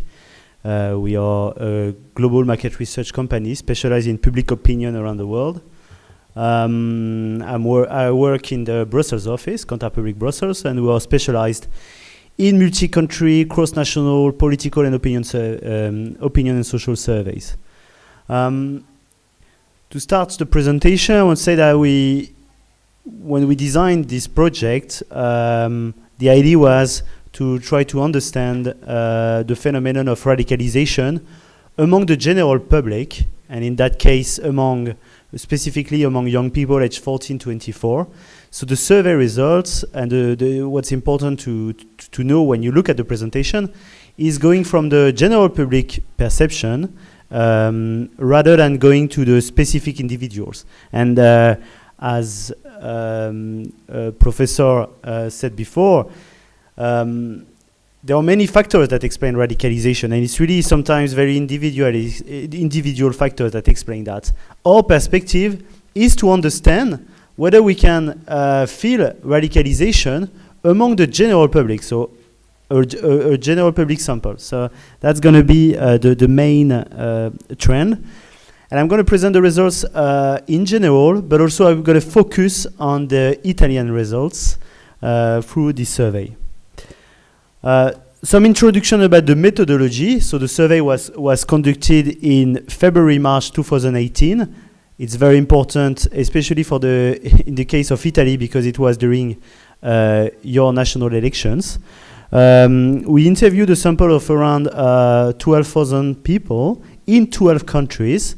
You see on the screen a diversity of countries from the north of Europe, from the east of Europe, from the south of Europe, and from West Europe. So we have a widespread of countries. The decision was based on many factors, but it was very important that we cover most Europe. And it's also it was very important, of course, that we covered countries that were attacked by terrorism in the last years. The samples, there are two target groups in our sample. One is a general public sample of people aged 14 to 24. So that's the main sample I'm going to use for the survey. And we have a comparative sample of people aged 25-50 to try to understand whether the results apply mainly to young people or they also apply to the rest of the population, and is there any difference? But I'm going to mainly focus on the general public sample, age 14-24, and again, the results reflect the reality of the country. So it doesn't reflect subgroups of the population that we may identify as potentially radicalized. The idea was really to focus on the general public perception. So first, before going to where we could find roots, sources of radicalization, what is the perception of radicalization in a society? An initial very important point when we talk about radicalization here, we just doesn't only mean jihadism or terrorist attacks by jihadists. We mean radicalization in a broad sense. I don't have the definition in front of me. If you're interested, I can read it to you after. The definition we read to the respondents. The survey was done online, so they read it. But it involves far-right ideas, far-left ideas, sexist ideas, xenophobia, racism, anti-Semitism. So radicalization is not only about jihadism here, it's a broad concept. So that's very important because we are not only going to limit that to this aspect. And so we asked people whether they think that this phenomenon was widespread or not in their society. At European level, we see that it's quite widespread. It's around 47% on average who said that it's a widespread phenomenon. But then if you look at country results, you see major differences between countries. And Italy, together with Greece, is among the country where there is the highest percentage share of young people who believe that radicalization is widespread. More than 50% of young people who said that radicalization is something widespread in their country. Now, when we discussed before, it was clear that in Italy, compared to other European countries, there were less terrorist attacks in the last years, so less visible phenomenon of jihadist radicalization, which is maybe the most obvious one. But still,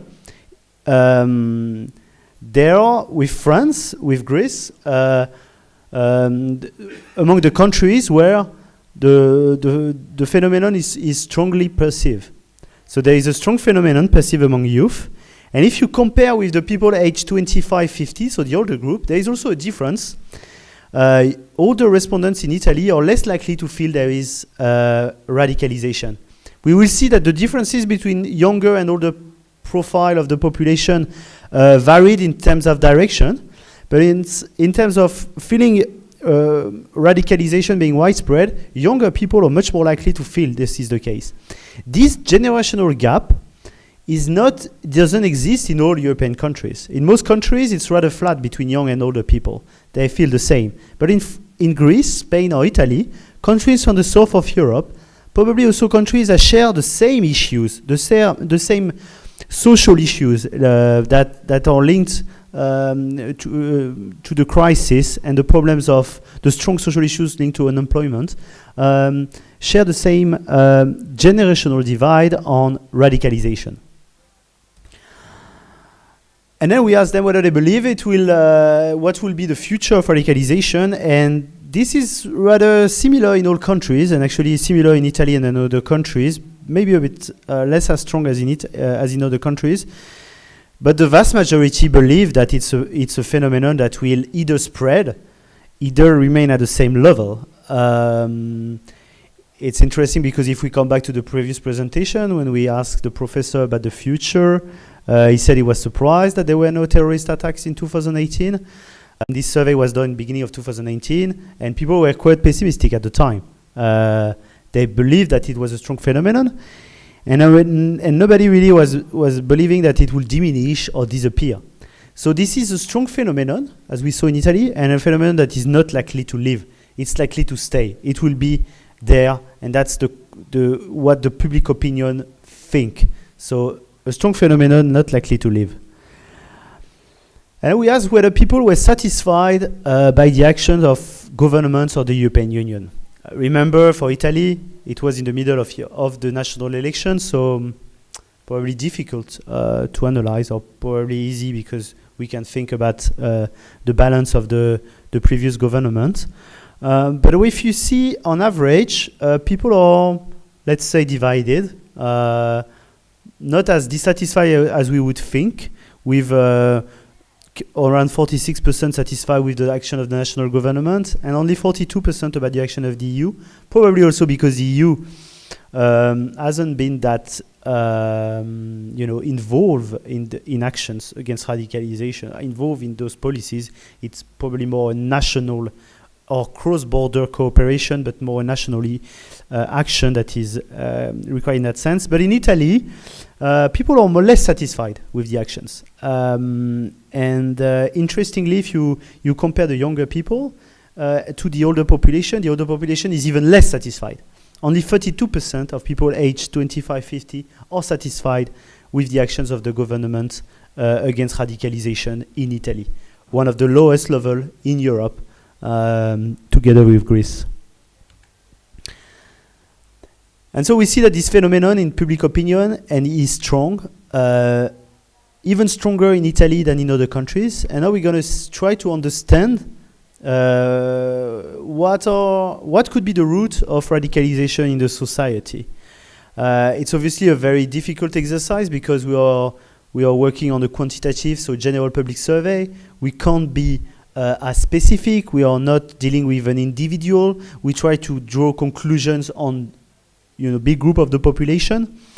So we're going to see where could be where the fragility of the society, European society and Italian society, could be that creates this environment that is favorable to radicalization.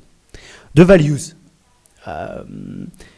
Interestingly, when we ask the values of the people or certain things, we see that they agree with the European democratic values such as peace, justice, respect for human life. They all believe it's an important values. In Italy, the most important values among all the values we tested were respect for human life.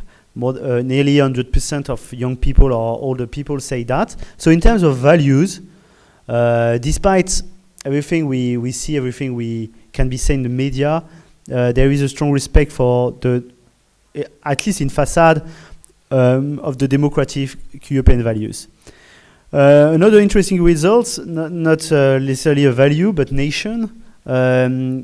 It's important for 75% of Europeans, the nation, which is, I think, believed quite strong, especially in this globalized world, or maybe it's actually a reaction to this. In Italy, it's stronger.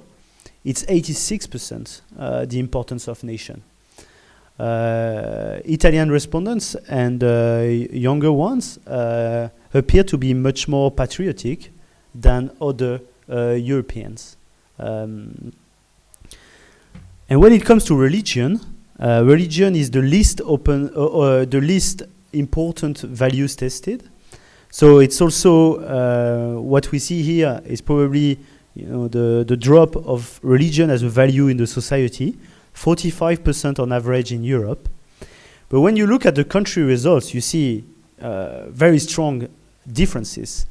And traditional Catholic or Orthodox countries see that as much more important than in other countries, with 54% of young Italians believe that religion, and religion in general, not a specific religion, is important. It's even stronger among older ones. 25-50, with 62% who said that. But when we go a bit further in the values, we ask specific questions.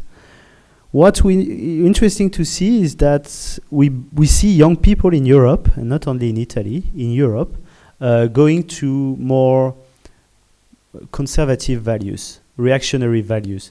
I take the example of the death penalty. So a majority, and it's also the same for 25-50, believe that death penalty is the most appropriate sentence for certain crimes.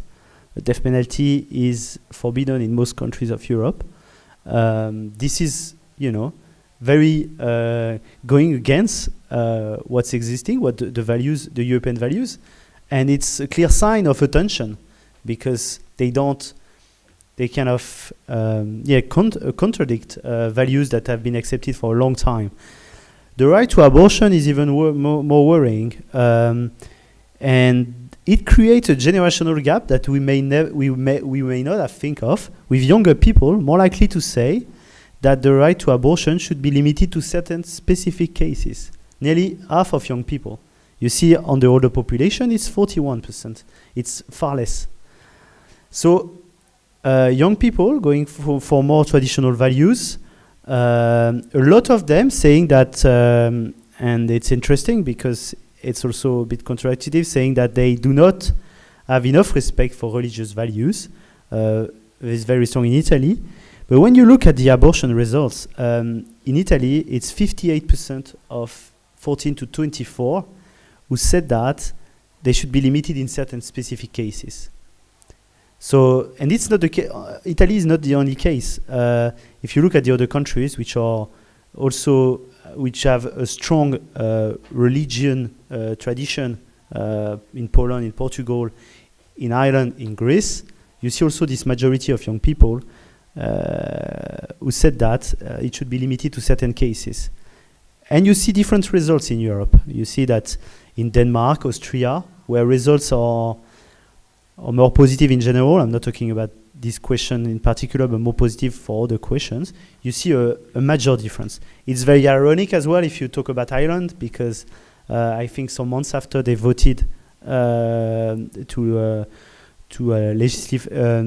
authorize the abortion, but you see that young people, a very high proportion, disagree with that.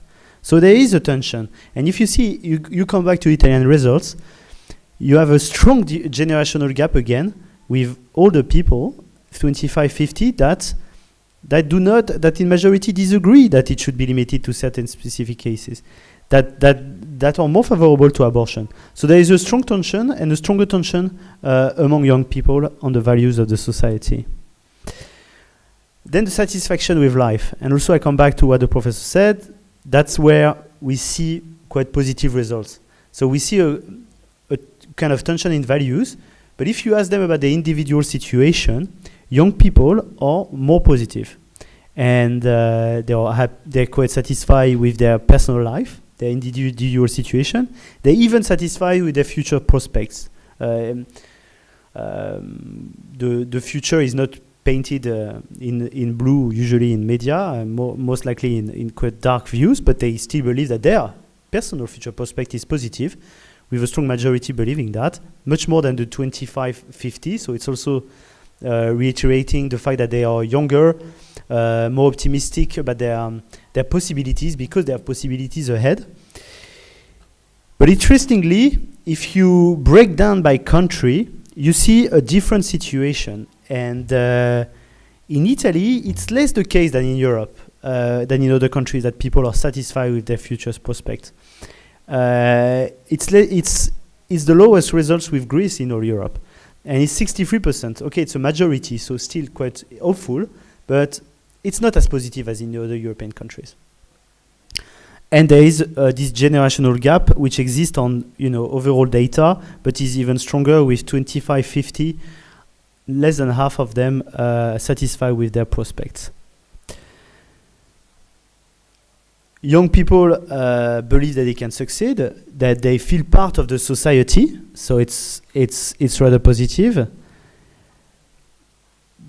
But again, on the question of you feel part of the society, Italian results are among the less positive in the survey, with 69% said that they are fully part of the society. And if you dig further with some items, and these ones are very important, you see that there is in Italy, compared to other countries, and it's also the case in Greece, you have a strong sense of injustice in Italian society. Around half of them say they live in a fair society, which is very similar to the average. But when we ask them whether they strongly more believe than other Europeans that there are more injustice in Italy than in other societies. And they're also far less likely to say that Italian society offer everyone opportunities for success. Only 35% of Italian people compared to 50% in average. So a social situation in Italy that is much less positive than in other countries of Europe, that is much more worrying. And we have seen that one of the factors of radicalization is social society, a social situation, social discontent, social unrest. This is something happening in Italy. And when we ask about the situation of the country, and these are results that we also seen in other pan-European surveys, we see that only 21% of young people are satisfied with the situation in Italy. When you compare the results with Denmark, with Ireland, with Austria, with Germany, you see there a vast majority of people who are satisfied with the situation. So there is a strong difference between countries in that situation, and the only one that goes lower is Greece compared to the other countries. So a strong dissatisfaction with the situation of the country. And another very worrying results, and it's probably very emblematic of the results for Italy, is the satisfaction with the times they live in. Most young Europeans are satisfied with the times they live in. So that's the positive part of the survey. But when we look at the results at country level, we see that in southern countries, and especially in Italy or in Greece, and it's even worse than in Greece, only 31% of young Italians are satisfied with the times they live in. Worrying, especially when you put that into comparison with other youth, where they're actually quite satisfied with the situation, the current times. I come back on the patriotic views. They're not really satisfied with the situation of the country. It depends on the country, but in Italy they're not. But young Italians are still very proud to be European or Italian. 78% are proud to be Italian. 79% are proud to be European. So they still very much pride of their nationality, pride to be part of Europe. We see that there are some tensions with Europe at the moment between Italy and Europe, but the tension is not that they are not proud to be part of Europe. Probably that they reject some of what is Europe at the moment. So on the positive part, there is a sense of pride, national or European pride. And when you look at the safety, we see that in Europe, people feel quite safe. The further you go, the less safe you feel. But for instance, in their country, most Europeans, young Europeans, feel safe, more than 75%. But again, if you look at Italy, the results are not as positive, and it's something we'll see later on. There is a sense of not feeling safe in Italy, with only 63% who feel safe in their country. And we ask also the people whether they felt safer, as safe or less safe than 10 years ago. Very few Europeans feel as safe. A majority feel just as safe, and a strong minority feels less safe. But in Italy, the stronger minority is stronger, with around 40% of Italians who feel less safe than they were 10 years ago. Interestingly, you look at the results of the 25-50 in Italy. It's more than half of the 25-50 Italians who feel less safe than they were 10 years ago in Italy. So again, we haven't seen so many terrorist attacks in Italy, but still the feeling of the population is declining in terms of their feeling of being safe in their country. This slide, I just inserted it following the presentation earlier about the emotions. It's very important to understand, because some emotions could be the source of actions. About this slide. On the positive, you see that the main emotions are joy, love, enthusiasm, hope, so very positive things associated to youth. But there are some very negative, with around 69% of young people who feel the stress, so that's in Europe, and 40% around who say they feel boredom or hunger often or all the time. It's quite strong. In Italy, it's stronger. It's around half of the young Italians who feel boredom or hunger at least all the time and often. The hunger probably linked to the dissatisfaction with the situation, the social situation of the country. So we see mixed feelings about the emotions of young people. Discrimination is also an issue. We asked them whether they have felt discriminated in the last 12 months. A very strong proportion of Europeans have ever felt discriminated, around 82%. We see that for various reasons, and the main reason is the physical appearance or clothing, which probably is not a strong reason, but is a reason and may be linked to other aspects. The age is an important one, the studies or the political opinions. In Italy, it's a bit stronger. The feeling of being discriminated, it's 87%. And another important thing that we discussed earlier is that the fact to know someone that has been radicalized is an important factor for radicalizing yourself as well. And we see this striking figure that in Europe, around nearly a quarter of young people know someone that has been radicalized, much more than other people, 25-50, 23%.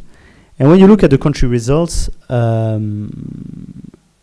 Italy, Greece being the worst, with 38% of young people knowing someone radicalized. Italy has also very strong results with around 30% of young people knowing someone that has been radicalized. When you compare with other countries such as France or Belgium, where you would maybe expect a higher proportion, it's far less than in those countries. And the reasons why people are radicalized, the people they know are radicalized, are very diverse. And you see on this slide, it's not only about fundamentalist religious ideas, 25% still, but it's also about racism or xenophobic ideas, top one, 30%. Far-right political ideas, 27%. Also sexist ideas, 23%. Far-left political ideas, 21%. So we see that it's very diverse.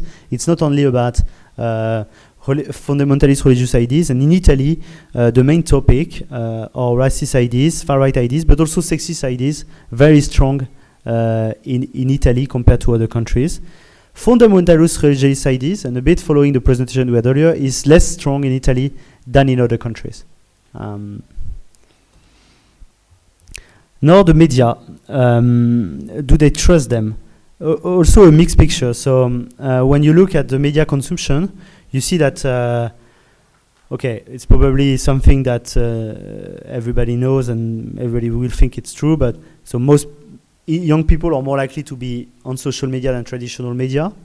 A specificity from Italy is that they are the ones where, the only ones with Portugal, where more than half are looking at media on traditional media every day or almost every day, more than half in Italy, which is a specificity compared to other, but very strong proportion looking at it on social media at least every day, 63%. But the trust is another story, and even if young people are more likely to receive information from social media, they are less likely to trust them compared to the traditional media. So a mismatch of what they do and how they perceive. So they are a bit skeptical about what they have on social media. But when you dig and you ask statements about the traditional media, you see that a strong proportion everywhere in Europe, and not especially in Italy, but majority everywhere in Europe, believe that the traditional media present a distorted vision of the reality. So in a way, there is no lack of trust of what the media is presenting, which creates a kind of a problem of access to the information. And on this problem of relay of information, on this problem of actors to deliver the message, to trust, there are the hate speeches that are spreading across. And we see that a very strong figure, 44% of young people in Europe are exposed on a weekly basis, at least, to violent action speeches on the internet. That's very strong. 41% about racism or xenophobia, also very strong. But when you look at the results per country, and this is one also of the highlights for Italy, is that Italy is the country where this share is the highest. You have 63% of young people, 14-24, who are exposed to violent action speeches on the internet, at least on a weekly basis. If you compare to other countries, and again you compare to Belgium and France, which are very smaller compared to Italy, you see this massive difference. This is one of the specificities of Italy, this exposure to hate speeches. That's a very worrying result we find out in our survey. And we find out as well for messages about racism, xenophobia. Here it's 60% of young people exposed to racism or xenophobic messages on a weekly basis in Italy. In Europe, it's also very strong, but again, if you see other countries, and I take the example always of France, of Belgium, where the terrorist attack happened recently, it's not as strong. Probably there is also in France actions of counter speech to counter this action. Maybe in Italy it is not the case, but that's worrying results because the trust in media being lower, the fact that people don't believe anymore in what is said everywhere, make those speeches probably more relevant, probably relevant to a part of the population. And with that level of exposure, it could lead to bad outcomes. Some words about the conspiracy theories. So we asked people about 9 different conspiracy theories, from very simple one like the Earth is flat. Still, 7% of young people believe that.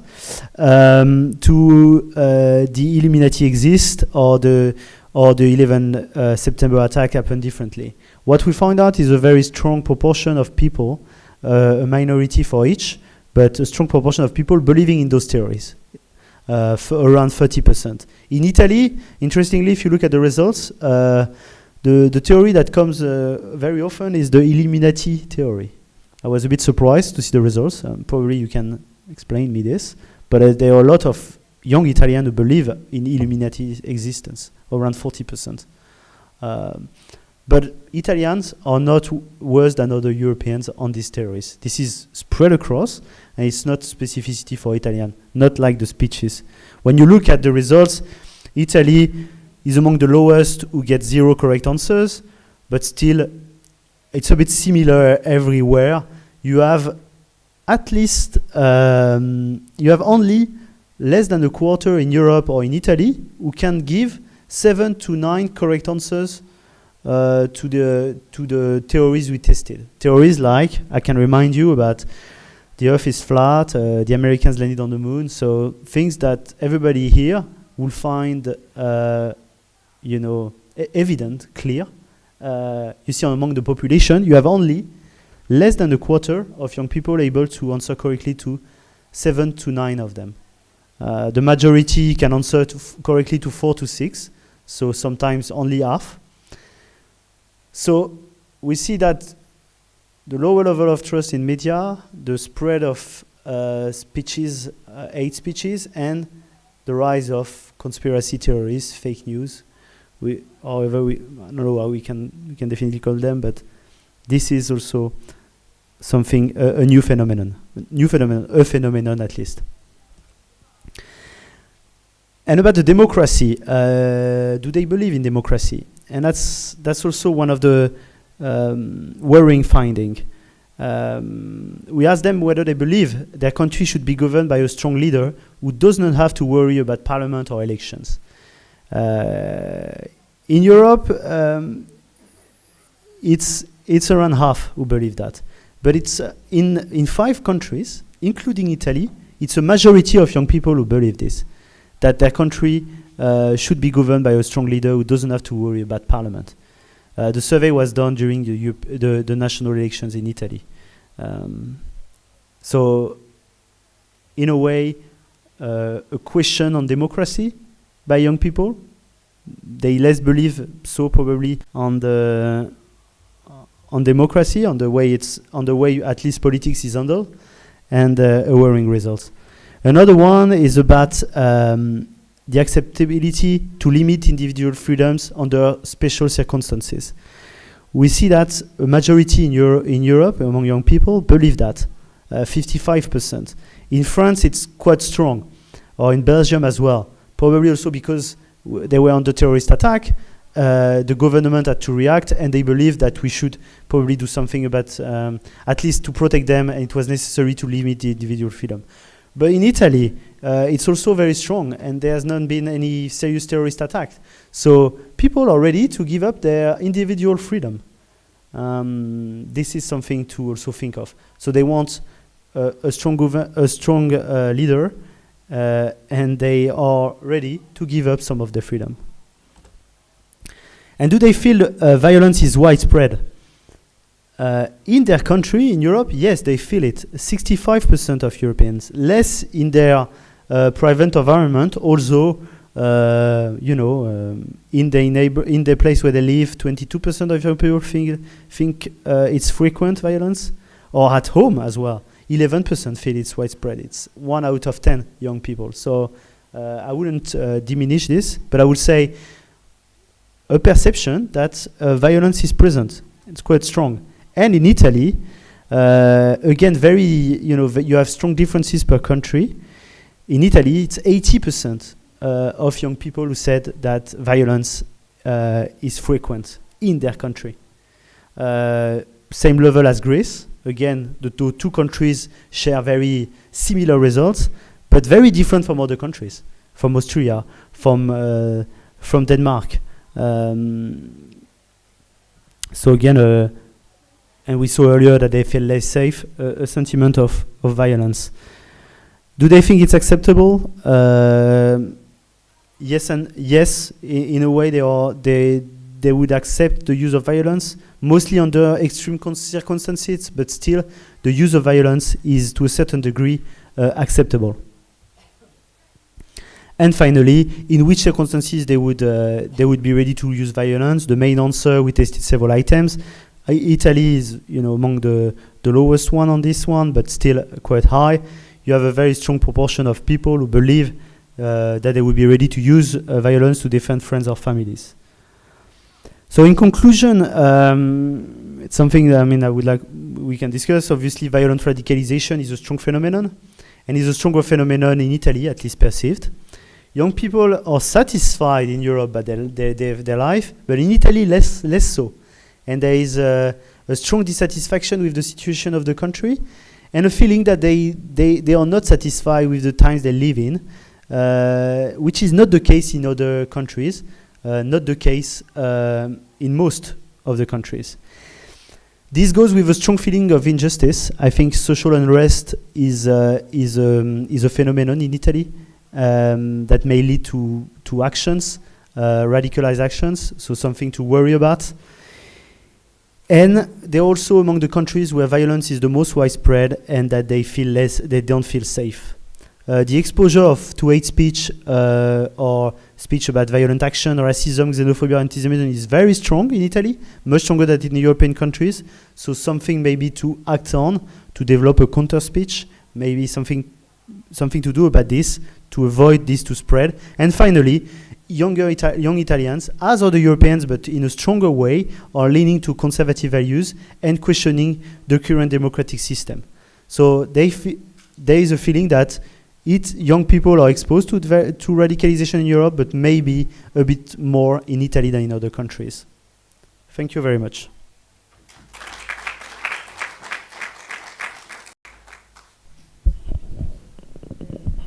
Thank you, Nicolas.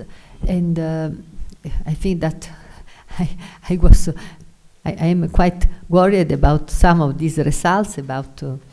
Yes, my feeling is to be worried and to think on. I think that we need to think to go deeper in this data, to try to discuss also in other context, national context, to think on more deep. Do you have some question?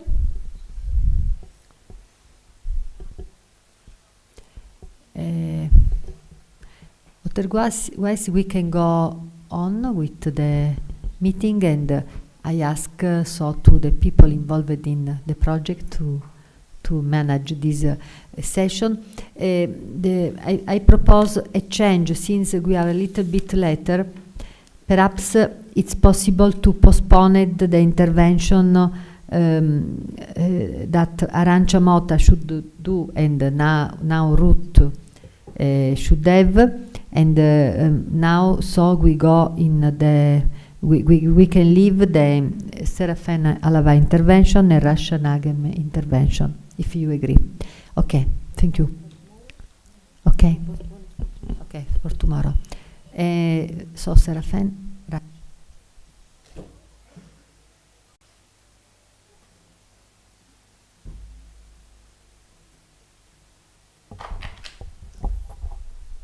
C'est à moi.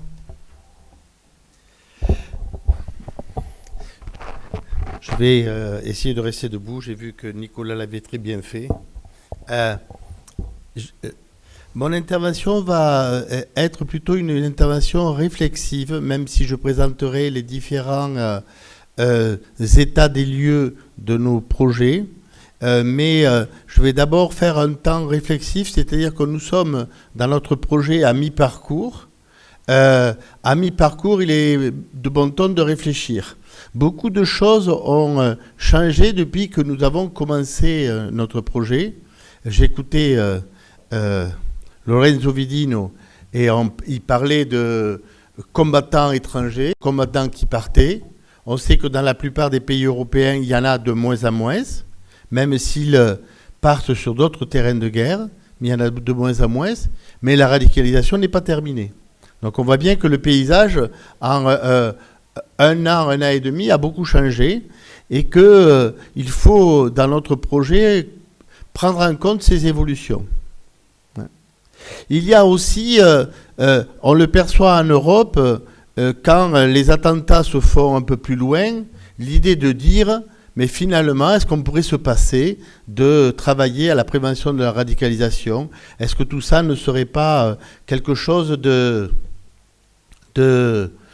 peut-être inutile ou futile? Dans notre projet, on avait comme objectif d'abord d'expliquer et de comprendre les processus de radicalisation avec une vision pluridisciplinaire et holistique. Notre projet, on a répondu à un appel d'offres qui précisait cela. À partir de ce mi-parcours, nous avons apporté, on le verra, un certain nombre de réponses à la compréhension de ce que sont les processus de radicalisation, à la compréhension en quoi porte-t-il à des aspects pluridisciplinaires. Et je pense que l'ensemble de la recherche dans le monde a aujourd'hui à peu près résolu à ces questions. Est-ce qu'on a résolu aux questions politiques qui se posent derrière cette partie-là? Peut-être pas. Et il y a, j'ai pris Mafalda pour pouvoir le dire, un certain nombre de situations dans lesquelles on préférerait ne pas entendre, on préférerait ne pas voir, on préférerait ne pas avoir à parler sur ces questions-là. Je vais citer quelques problèmes qui me semblent, moi, être importants et qui sont au cœur de notre réflexion. D'accord ? On a parlé au moment de radicalisation que la radicalisation n'était pas seulement quelque chose qui venait de quartiers défavorisés, de quartiers populaires. Et je remercie l'intervenant tout à l'heure d'avoir précisé que des personnes radicalisées n'étaient pas obligatoirement des personnes d'origine étrangère étant dans les quartiers. Mais il existe bien moins une réalité concrète qui est que dans certaines zones, les discours complotistes se développent, les discours de soutien passif ou actif à des organismes terroristes existent et qu'il faudra bien l'aborder. En même temps, on a eu très vite tendance à dire on va parler de radicalisation, puis après on va parler de radicalisation djihadiste, et puis finalement c'est la radicalisation des musulmans. Et de voir que dans la radicalisation, ce point, on a vu Nicolas qui, dans son enquête, montre bien qu'il y a d'autres peurs et d'inquiétudes de radicalisation. La radicalisation d'extrême droite, des radicalisations d'extrême gauche, des radicalisations sociales, et on voit bien qu'elles existent. Et pour connaître les services de sécurité de la France, on voit bien qu'il y a du travail à faire pour suivre aussi ces radicalisations. Est-ce qu'on va rester à cette idée qu'il n'y a qu'une radicalisation religieuse, ou est-ce qu'on va ouvrir la réflexion pour voir les autres radicalisations qui sont aussi menaçantes que d'autres? Ça, on pourra se le poser. En même temps, on luttait contre le fait que des jeunes, par erreur ou par engagement, partent sur des terrains de guerre. On l'a même, dans beaucoup de pays européens, pénalisé. L'intention de partir sur un terrain de guerre était un acte qui était un acte non légal et qui relevait de la loi. Mais maintenant qu'ils ne partent plus, maintenant qu'ils ne sont plus à l'étranger, comment va-t-on conduire nos politiques de ville? Comment va-t-on structurer notre forme du vivre ensemble, sachant qu'il y a au sein même de notre cité ces problèmes qui existent? Et nous avions choisi dans le projet Practicis de travailler avec un forum de villes et de travailler avec des villes. Pour cette question, on ne la cache pas. Que dès qu'il n'y a plus d'attentats ou moins d'attentats, dès qu'on n'a plus repéré, on recommence comme avant et on continue nos politiques de ville comme avant. Cette question reste toujours posée. On a beaucoup parlé de radicalisation et de processus de radicalisation. Mais on sait qu'aujourd'hui, que les processus de radicalisation commencent par des idées radicales, des opinions radicales, qui, elles, ne sont pas passibles de la loi. Je peux, dans ma tête intérieure, penser que, sincèrement, je suis de la race blanche et que je suis le meilleur au monde. Tant que je ne l'exprime pas dans l'espace public, je ne suis pas passible de la loi. Mais est-ce qu'on va se cacher les yeux et est-ce qu'on ne va pas se poser comme problème que l'éducation, dans sa démarche de prévention, doit aller jusqu'à cette idée qui émerge dans le cerveau d'un jeune et qui va progressivement construire un « eux » et un « nous » qui sera la source de radicalisation. Et dans les politiques de contre-discours, on voit bien que l'on va plus en avant. On essaie de mettre en place des actions qui préviennent les phénomènes violents, pas seulement en augmentant les systèmes de sécurité, le nombre de policiers et le nombre d'agents du renseignement, mais en allant dans la culture, dans l'éducation, travailler avec les jeunes pour faire que ça n'arrive pas. Là aussi, est-ce qu'on va se cacher les yeux et est-ce qu'on va se dire non, c'est pas utile? N'investissons pas dans des centres culturels, n'investissons pas dans la culture, n'investissons pas dans l'enseignement. Après tout, il nous suffira de surveiller que ces jeunes ne passent pas à l'acte. Toutes ces questions-là, elles étaient au début, mais elles me semblent aujourd'hui plus actives et plus importantes par rapport à ça. Dans notre projet, nous sommes 22 partenaires et de plusieurs pays et c'est une grosse machine que nous avons mis en place Et il nous faudra aussi faire un peu le point, le bilan de notre activité collective. Hein. J'avais dit au premier meeting que je ne serais pas un chef de file qui serait un dictateur éclairé et que le tais-toi et rame, ce n'était pas moi. Et on peut faire le bilan de notre façon de fonctionner ensemble, qui a été parfois complexe, d'autres fois très autonome, mais je suis heureux de penser que quand on laisse l'autonomie aux gens, ils s'en emparent et ils font des choses, et que je n'ai pas la prétention de savoir tout ce qui se fait à l'intérieur du projet Praxis. Même si je disais ça à un membre de la Commission européenne, il serait fort étonné. Hein. Donc, les groupes se sont mis en place. Hein. On a 9 work packages, des activités qui sont mises en place, des groupes autonomes qui travaillent et qui, au fur et à mesure de l'action, se posent peut-être des questions sur finalement l'utilité. Parce que quand on est dans le faire, on se pose la question de l'utilité. On va les passer en liste et on va regarder en quoi sont-ils utiles aujourd'hui et où ils en sont. En même temps, comme toute personne qui travaille, on est un peu dans le burn-out et on est un peu pressé par des aspects administratifs. Nous sommes dans un mi-parcours. Nous allons devoir rendre des livrables à la Commission européenne. Des experts vont venir valider nos projets, nous interroger là-dessus, et nous devons être des bons élèves. Hein. Il ne faut pas râler, et il nous faudra rendre notre copie au temps. Pourquoi ? Pour une simple question de citoyenneté. L'argent que nous avons reçu ne nous appartient pas, elle appartient à l'ensemble des citoyens européens, donc nous devons aux citoyens européens de faire le travail pour quoi on a été payé, et de le rendre dans les meilleurs temps possibles. Une conduite de projet, c'est lié toujours à ces phases-là. Dans le départ, on a de l'euphorie, on est content, puis finalement on s'inquiète. Et puis finalement on se dit, on va jamais y arriver, ça, on va pas y arriver, c'est pas possible. Et puis après, on se dit, mais c'est la causa. Ouais. La cause est coupable, et bien sûr on finit par punir les innocents. Et enfin on se demande, mais pourquoi je suis venu dans un projet pareil ? On est loin de cette situation.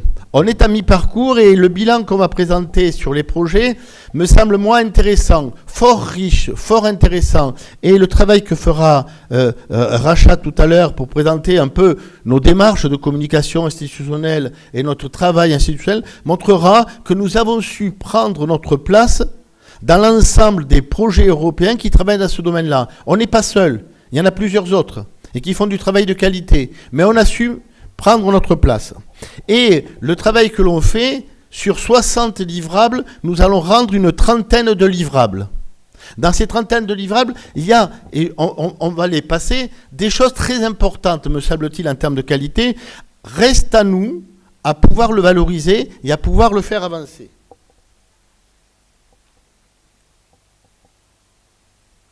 Je ne vais dire que 2 mots sur le travail qu'a fait Kantar et Avenou sur ce travail d'enquête, quasiment de travail unique en Europe, qui nous permet d'avoir un panel très large, représentatif de la population, et, comme l'a fait Nicolas, qui est plein de questionnements, de problèmes qu'il nous faut décortiquer. Hein ? Il nous faut le décortiquer au niveau européen, mais il faut le décortiquer au niveau de chaque pays. Il a éclairé l'Italie, ce qui était normal. On pourrait se poser la question du Portugal, on pourrait se poser la question de l'Espagne, d'autres éléments. Il serait idiot d'avoir fait ce travail et dire on a rendu notre travail, on ne s'en occupe plus. Donc la seconde phase va être la phase d'exploitation. Il faut que chacun se sente capable, avec d'autres, d'étudier ces statistiques, et bien sûr Kantar nous donne accès à la source totale de ces statistiques pour les analyser et pour les compléter. Nous proposons la démarche suivante. Quand nous allons travailler sur des démarches européennes, nous ferons un appel à candidature pour tous ceux qui veulent, et on formera un groupe européen. Mais si Marcus, en Autriche, veut travailler sur les fichiers et regarder en Autriche, eh bien, il a accès libre à cela. Il a la possibilité de travailler et de regarder sur l'Autriche avec d'autres collègues, même s'ils ne sont pas de notre projet. Il a le droit d'aller chercher le spécialiste de l'Autriche avec lui pour dire tiens, il y a un problème là. Comment on pourrait répondre à cette question-là, hein? Chaque partenaire d'un pays, en relation avec les autres partenaires du pays, a l'autonomie de pouvoir prendre ces données, de les réfléchir et de les travailler. Bien sûr, comme nous sommes en lien avec des villes, il est intéressant que ce travail se fasse aussi avec les équipes des villes, qu'elles aient l'occasion de réfléchir. Elles ont été au début un petit peu gênées du fait que notre enquête ne portait pas sur les villes, elle porte sur les pays. Mais il y a sûrement des enseignements à prendre et des enseignements à faire. Ce travail-là va commencer dès demain. Dès demain, des groupes par pays, animés par les pays ou au niveau européen, vont porter. Je vous prends un cas, mais comme je n'étais pas là durant toute l'intervention de Nicolas, peut-être il a abordé. Si on regarde les pays du sud de l'Europe, ils ne répondent pas pareil que les pays du nord de l'Europe. Pourquoi? Est-ce à dire que les pays du sud sont sous une pression migratoire? Est-ce que c'est ça qui donne l'explication? Est-ce que non, ce sont des pays dont le développement économique a quelques problèmes ces temps-ci? Non. Est-ce que c'est les modalités de gestion en termes de sécurité publique, nationaux, autonomie, région? Plein de questions. On a la question, on n'a pas la réponse. Il nous faudra peut-être aller regarder d'autres collègues qui ont ces réponses-là.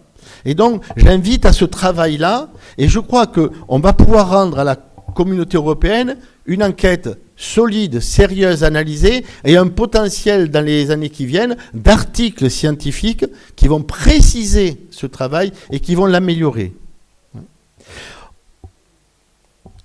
On avait demandé à l'équipe de Bouzard de nous aider à faire une étiologie des processus de radicalisation. Je le rentrerai en détail tout à l'heure.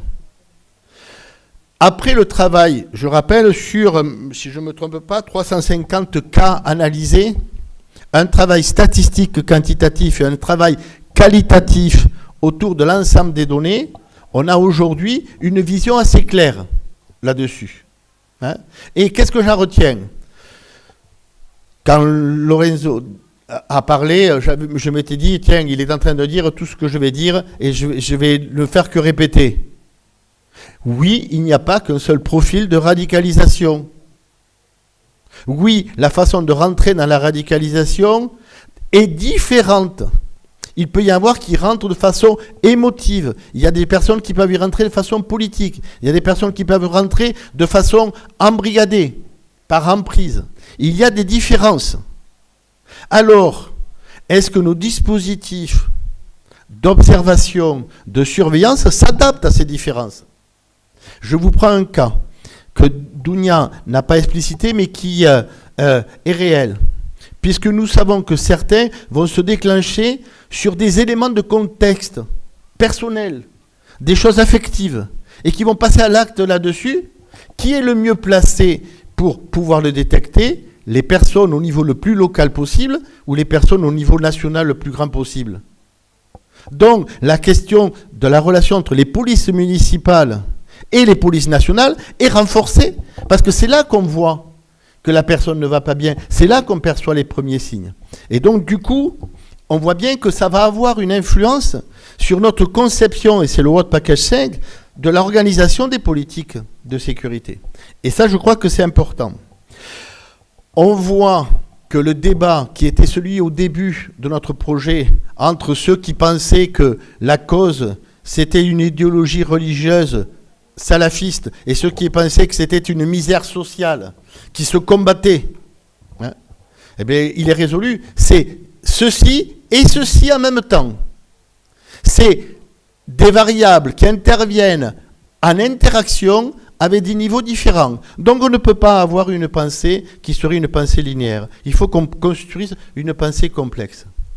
Bien sûr, il y a des phénomènes de misère sociale, mais aussi il y a des phénomènes de diffusion d'idées radicales violentes. En même temps, il y a des phénomènes psychologiques. Dounia le montre bien en montrant le passé et les origines de ces familles, en montrant aussi que dans certains cas, on a des problèmes de maltraitance dans l'enfance. Il y a l'ensemble. Donc, On ne pourra pas résoudre en ouvrant dans un pays le grand centre de psychologie intégrale, ni dans un autre le grand centre de sociologie intégrale. Il nous faudra travailler ensemble, il nous faudra travailler à mélanger nos savoir-faire pour que nous puissions mieux comprendre ces phénomènes complexes. Chaque fois, je ne vous l'ai pas montré, vous l'avez vu, hein, le niveau de réalisation du travail. On est passé là du 80% au 100%. Nous avions voulu dès le début montrer que comme nous ne nous préoccupons pas seulement de sécurité, malgré que nous étions dans un domaine H2020 sécurité, et que nous nous préoccupions de comment construire des outils pour éduquer et pour travailler à l'éducation dans cette partie-là, on a le World Package Citizen Agora, qui a démarré, qui a déjà structuré la réflexion et les outils, et qui attend beaucoup des villes, qui attend que les villes s'emparent de ces projets pour les réaliser. Parce que nous avons posé le défi de vérifier nous-mêmes que ce que nous produisons marche. C'est le défi de notre projet, c'est réaliser des outils et le vérifier au sein de villes. Et donc, grâce, on le verra à la fin, au travail de l'EFUS de mobilisation des villes, mais aussi grâce à notre effort à tous, chaque fois qu'on rencontre une ville qui est partenaire, en lui disant, il faut répondre, il faut y aller. Hein, c'est important, on a avancé dans ce cadre-là. Sur ce projet-là, ce World Package et le prochain, comme le prochain meeting aura lieu à Toulouse dans le cadre du Forum des villes éducatives, nous ferons une focale sur ces outils pédagogiques. Et nous montrerons à la fois comment ils ont commencé à être évalués et quelles sont leurs spécificités.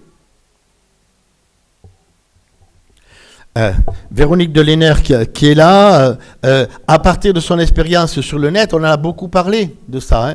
L'Internet, elle avait déjà développé, elle continue à le développer, l'idée que en faisant participer les jeunes à l'Internet, en leur faisant agir à travers le projet Digital Me, on peut avancer. Hein? Est-ce que ça a un impact? Est-ce qu'on le fait? Et est-ce que ça a un impact réel sur la réduction des violences? Est-ce que ça a un impact direct sur le sentiment de sécurité des personnes? Ce sont des choses que nous devons vérifier. On est dans la première phase, celle du travail, de réalisation, mais il nous faudra mesurer les impacts pour montrer comment ça fonctionne.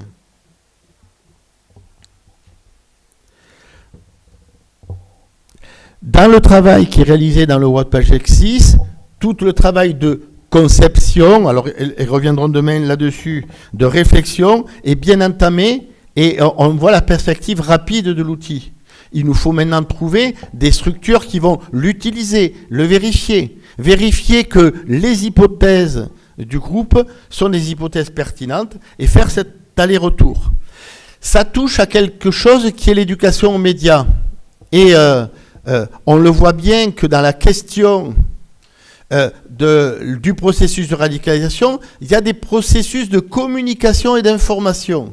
On voit bien qu'il n'existe pas de radicalisation solitaire seule, qu'il existe des relations avec des autres qui viennent parler avec vous, et à travers des informations que l'on va chercher, interpréter avec un niveau de maîtrise de ces outils et de ces informations différents.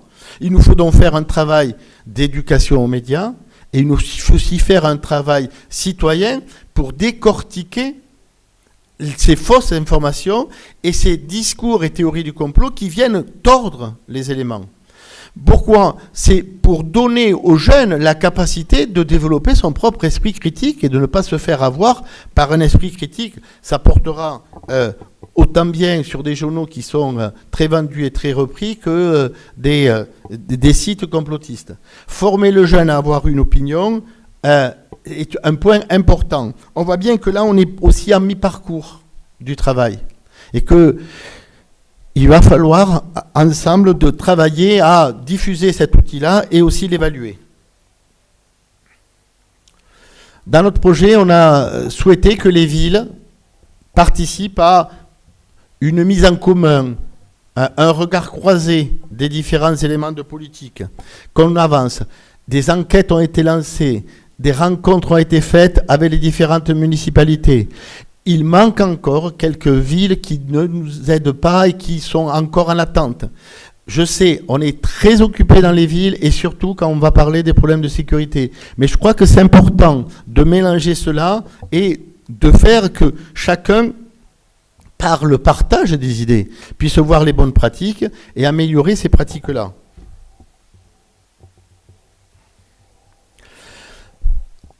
On avait fait le pari, qui est un pari que nous tiendrons, et peut-être de façon critique, que nous pouvions savoir quel était un discours radical, en quoi les mots et le langage de la radicalisation étaient importants. Et chaque jour, nous le voyons.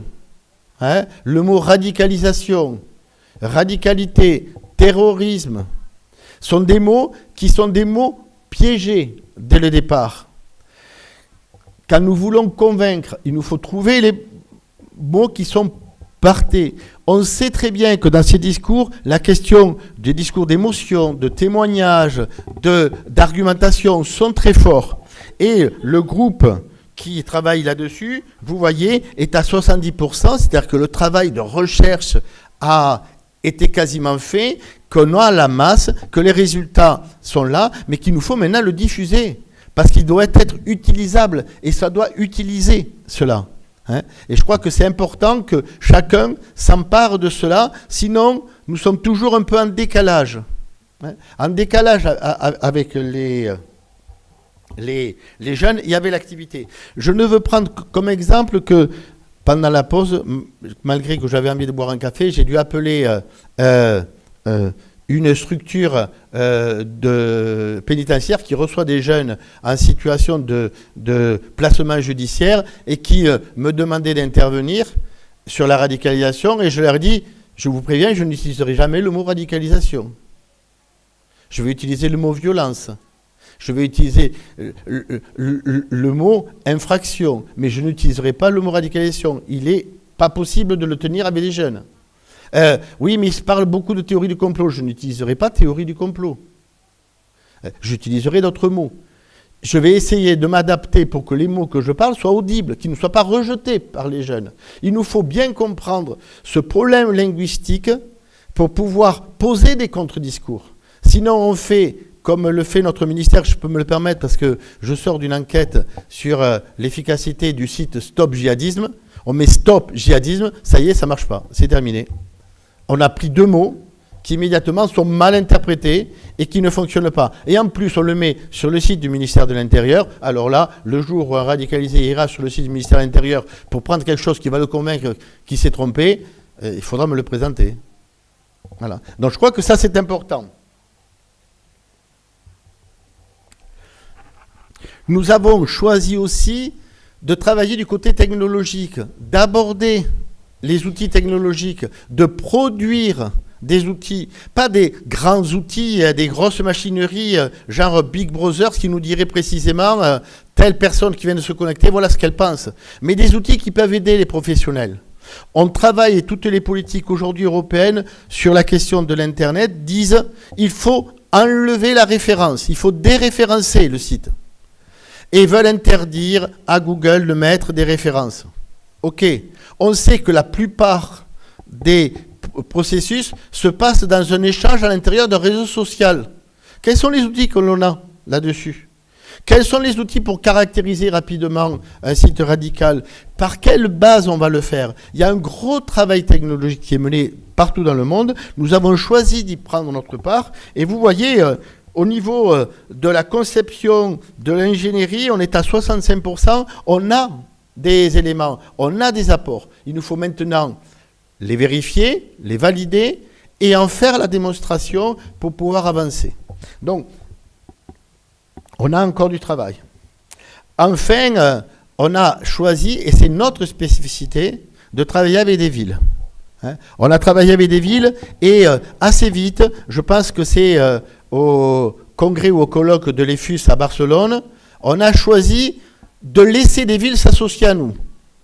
Et on a d'autres villes qui se sont associées à nous et qui ont avancé. Et on a choisi avec l'EFUS qu'un groupe mené par le Forum de sécurité urbaine, animant les villes, fasse cette promotion. parce qu'il nous semble très important que ça dissémine et que on ne fera rentrer nos idées dans les villes que quand on fera participer les plus hauts niveaux des villes, les plus hauts niveaux politiques. Hein? Et donc, il nous fallait un outil, un partenaire qui fasse ce travail-là. Ce travail-là est fait, il est à 45%, on a encore du travail, on a encore d'autres meetings pour pouvoir faire avancer, mais ça commence à être diffusé. En tout cas, c'est reconnu par l'Union européenne, puisque chaque fois qu'il y a des questions autour des pouvoirs locaux et de la sécurité, nous sommes invités. Et on pense à nous et qu'on nous demande. Et que sur ces questions-là, on est reconnu.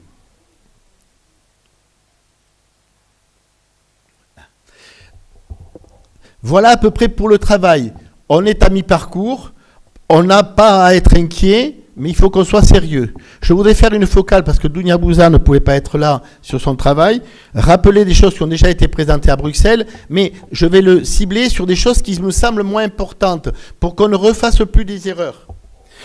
Dounia, dans l'analyse de son processus de radicalisation, nous parle d'une approche émotionnelle, d'une approche collective, d'une approche relationnelle, d'une approche idéologique. En nous disant cela, quand elle analyse des cas, il faut nous dire, est-ce que nos politiques, est-ce que nos actions prennent bien en compte cela? Hein? Je peux le dire d'autant plus que c'est au cours d'une journée à Madrid que j'ai pu le découvrir. Comment prend-on en compte la dimension relationnelle? Est-ce qu'on n'est pas en train de travailler que sur les individus comme s'ils étaient isolés, qu'on ne travaille pas sur les groupes, qu'on ne regarde pas les dynamiques de groupe, qu'on ne se pose pas les questions d'identité de groupe et qu'on n'avance pas là-dessus? Comment nos activités vont prendre en compte ces groupes-là? On parle de la partie émotionnelle. Est-ce que nos contre-discours ont une charge émotionnelle? Et que cette charge émotionnelle est-elle efficace? En terminant une enquête pour le ministère auprès de jeunes, quand on leur pose la question, après avoir vu plusieurs contre-discours, quels sont ceux qui t'ont le plus fait réfléchir? Quasiment à 70%, les témoignages. Le témoignage. Que des gens qui sont vraiment ont vécu ça ou qui viennent parler. Comment fait-on pour structurer nos éléments par une relation avec des personnes qui peuvent témoigner? Comment structure-t-on nos idées? D'accord? Il y a encore des travaux à faire au niveau psychologique, psychosocial, psychocognitif, pour réfléchir à ces problèmes-là et comprendre, essayer de mieux comprendre le basculement. Donc, après le travail qu'a fait Dounia Bouzard, qui, elle, est comme le travail de Kantar, il n'est pas dans une armoire et il n'est pas le fait. Les outils sont à disposition, les livrables sont publics, on va pouvoir s'en emparer pour aller sur ces modèles-là comparer.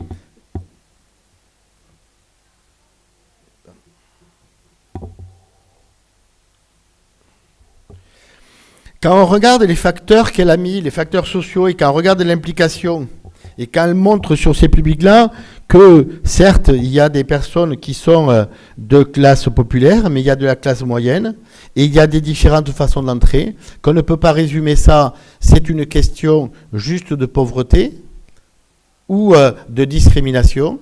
On est obligé de constituer notre vision des mécanismes de risque et des facteurs de risque différemment.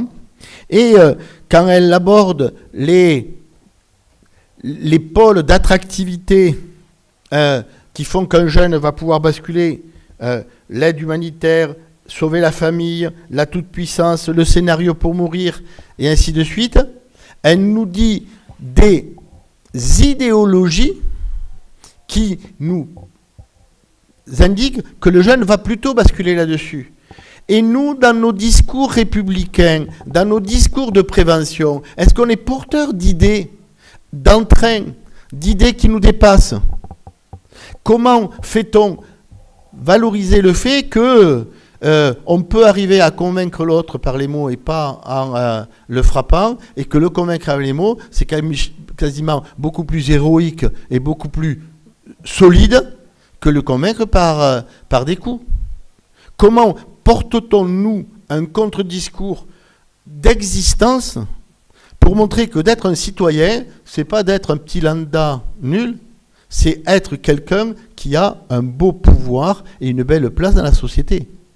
Sinon, ces grandes idées, ces idées qui emportent les foules seront toujours du côté des bad boys, toujours du côté du négatif. Sincèrement, dans certaines banlieues à Toulouse, vaut mieux être Scarface qu'être Macron. Hein. C'est vachement plus intéressant l'un et l'autre. Hein. Les deux ont à peu près réussi et les deux font à peu près la même chose. Donc, mais oui, je crois que c'est important de pouvoir le dire.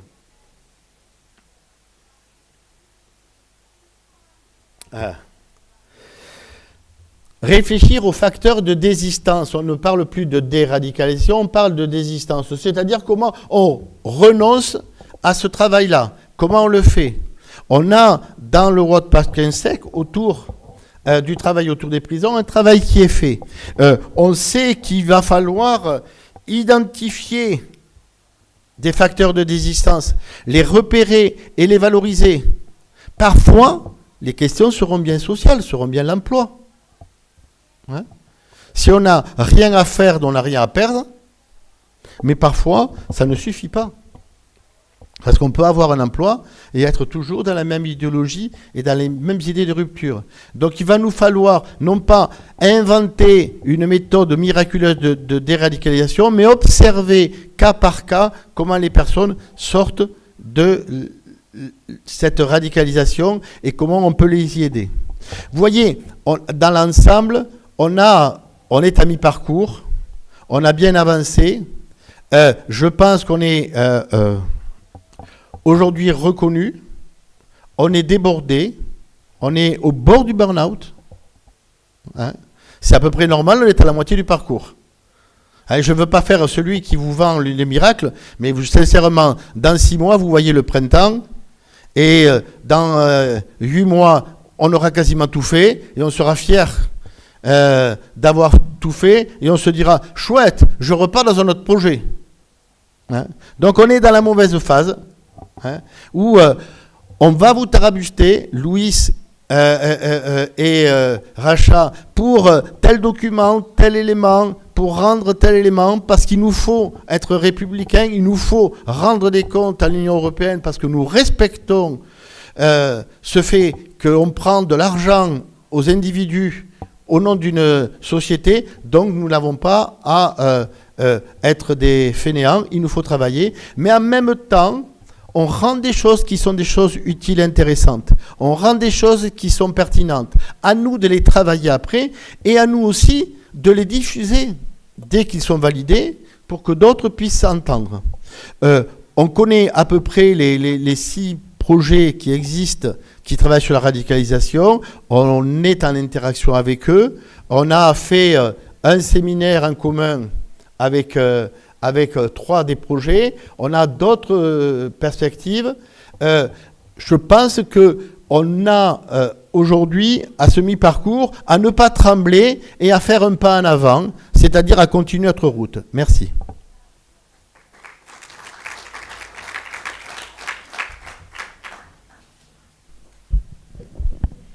Thank you, Séraphin.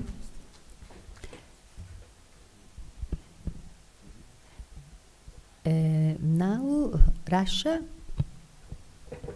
will present stakeholder engagement and the dissemination. Russia Nagel.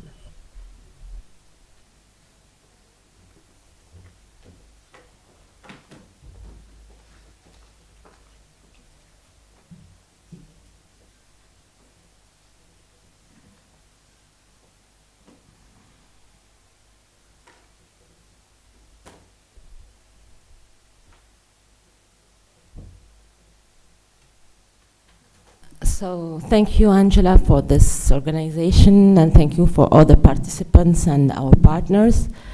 We're all tired, I think, so my part would be light. No, nothing scientific, but I talk about our meetings and what we did since 1 year. So we'll start with the institutional meeting. So as you see, I will start after the kickoff meeting in Madrid, We participated in the Nice conference. It's the mayors of European and Mediterranean cities facing the challenge of terrorism. It was organized in the Mediterranean University Center of Nice. And the conference was organized by the city of Nice, the Métropole, Euromed, EFUS. As practices, we participated also. So what was the results of the conference? I think you all have this, the Nice declaration. If you have it, you can have the declaration outside. And Séraphin Alava, Professor Séraphin Alava participated in a round table about how to prevent youth radicalization. And Dunia Bozar also made a presentation in the framework of Work Package 3. Then we participated in the EFUS International Conference that was made in Barcelona. Security, Democracy and Cities, co-producing urban cities. Okay, like this. Okay. And we, as we say, it's with the government of Catalonia and the city of Barcelona. It was organized by EFUS. The participants in general in this conference discussed about contemporary challenges like the prevention of violent radicalization and urban security in the planning of public spaces. This is the main theme. So the University of Rey Juan Carlos, they presented the Association of Cities to the program and the main ideas that support the work to be delivered by the university. And practices, we made a presentation of our project in this meeting. Then we go to the month of January, and practices participated in the Forum for the Prevention of Radicalization, Youth and the Heart of Social Transformation and the Prevention of Violence in Beirut, Lebanon. So we went to there to present practices, so it's not only in Europe. And in March 2018, we participated in the EU Mayors Conference, Building Urban Defenses Against Terrorism, Lesson Learned from Recent Attacks at the Committee of the Region in Belgium. And the Committee of the Region is the institution of the European Union that represents and unites its regional and local authorities. The main ideas that were put forward during the conference is how to protect citizens in public spaces. Okay, there's a need for cooperation at all levels of governance, like local, regional, national, and EU-wide. The second point of this conference was the local authority must play an active and crucial role to make cities safer for the citizens. So representatives of cities from the European Union were invited to join the common effort to address terrorism and radicalization. And the third point was there's a need to count with private efforts in this goal. Private actors should be included also to face terrorism. And another point is the EU mayors presented the Covenant on the Protection of Public Spaces and Counter Radicalization. This is, in general, our institutional meeting.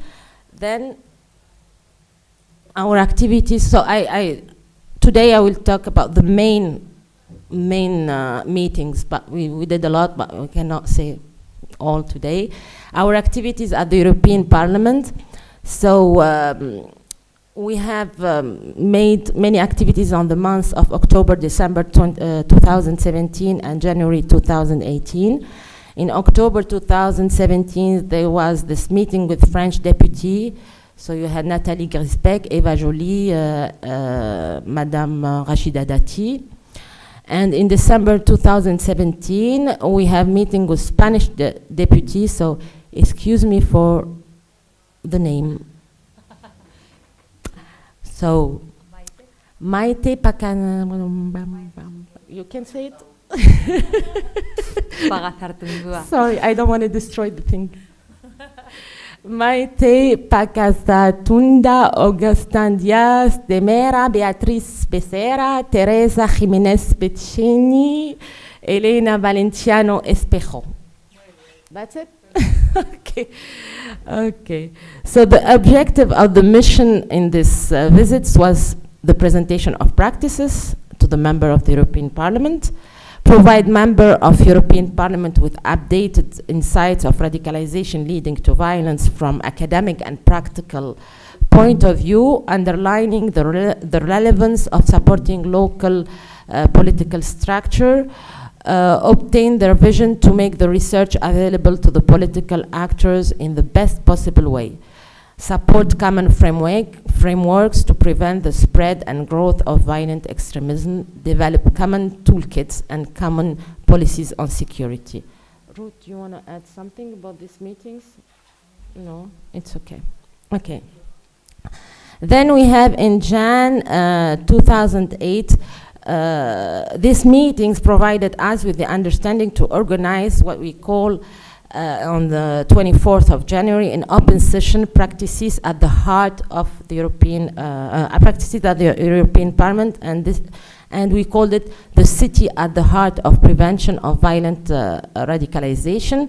And here the program that we presented was the practices presentation, and the project coordinator, he gave a presentation called The City at the Heart of the Prevention of Radicalization. Then the question about how should we design and implement prevention policies in the city, the relevance of research was presented by Professor Ruth Bermejo. That's it. Then, in the same we talked also about what role should played by the European Parliament and the rest of EU institutions, the city a relevant actor, and this was by the deputy Mrs. Beatriz Becerra. She's member of the European Parliament, and she's the vice chair of the subcommittee of human rights, and members of the Committee of Development and Humanitarian Aid, and all this. Then the fourth point was responding to the challenge of radicalization in the city when cities innovate the prevention. And this was done by Mr. Julio Andrade, Vice Mayor of the city of Malaga. And he was talking about the cross-cutting plan for conviviality and prevention of violent radicalization in the city of Malaga. So this is our European meeting, and in between we had a lot of meetings. For instance, we met the not for the European meeting, but we met the Séraphin had an edition in the Sénat, French Sénat. We had, for instance, a meeting, Louis, with the Minister of Interior, Belgian Minister of Interior. So we have this face-to-face meeting with one or two responsible in the government, but I will not mention all of them today. So then we had our internal meetings. So the internal meetings, we started, for instance, in September 2017, when we have a big meeting like today, today is a string. We have like the meeting of Nice. If we can make an internal meeting with our partner in Nice, we take this into consideration this occasion, and we do it. And for instance, in Nice, we had an internal meeting of the WP5, okay, which is the policies to fight against radicalization, overcoming implementation problem. So the objective of the work package 5 is to describe and analyze current policies and strategy to counter extremism in European countries at a national level. This is the objective. And we had another meeting when we were in Barcelona In this meeting there was CITCO, the University of Fray Juan Carlos and University of Toulouse, and we made we had a meeting in the office of the Ministry of Interior. That's it, in Spain. So it was a meeting, consider it as an internal meeting. Then in March 2018, we had a meeting made by the Work Package 4 in Salzburg and Work Package 8. The Work Package 4 is early prevention and inclusive citizenship education, and the Work Package 8 is the EFIS Work Package, Working Group of City and Dissemination. And it was in these 2-day meetings in Salzburg, at Salzburg University of Applied Sciences. We tried, as with the Work Package 5 and Work Package 8, as well as other experts, to address two major issues. The first one is what partnership and tools do cities need to prevent violent radicalization in their local urban security strategies? And the second issue was how can cities in the Citizen Agora methodology to foster an inclusive public dialogue on the prevention of violent radicalization. So these are our internal meeting too. Then we have another workshop done by the University of Grenoble, which is the Work Package 6, the fight against failure and speech against speech. And they made a workshop on disseminating propaganda and indoctrination, discursive features of rapturing. So this is what was in May. And the last one was on October 2008, and it was the meeting of EFUS in Paris. It's a working group of cities done by EFUS, and if you want to, it's okay. You want to add something about this meeting? Oui. Yes. Mm-hmm. That's it. Okay. Then,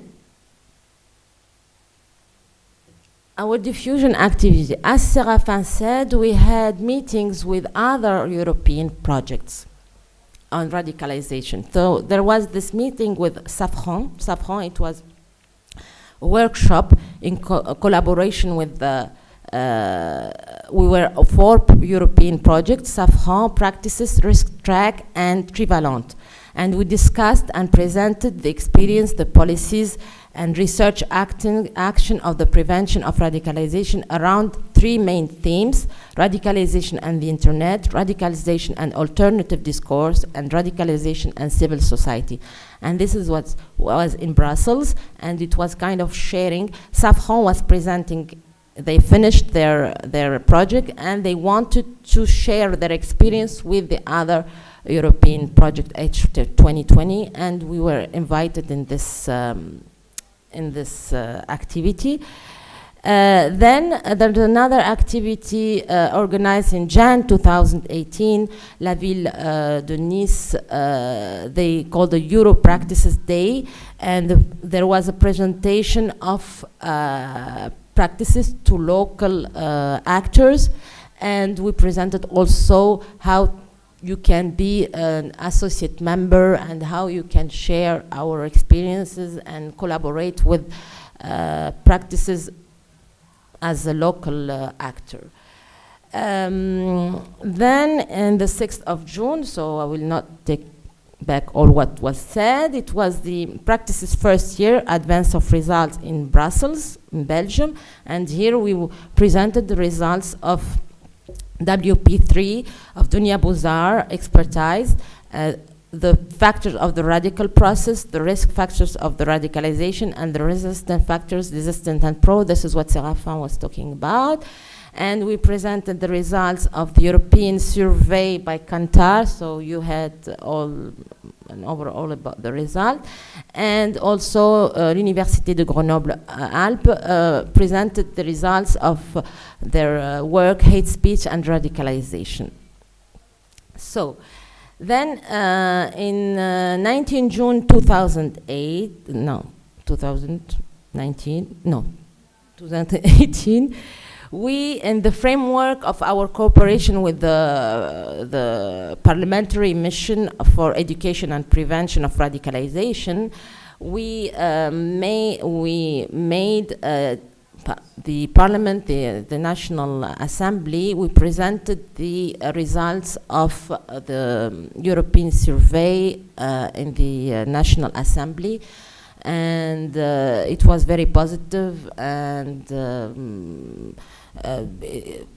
we had a colloquium just the next month about the radicalization too. So we are also in cooperation with deputies from the National Assembly in France.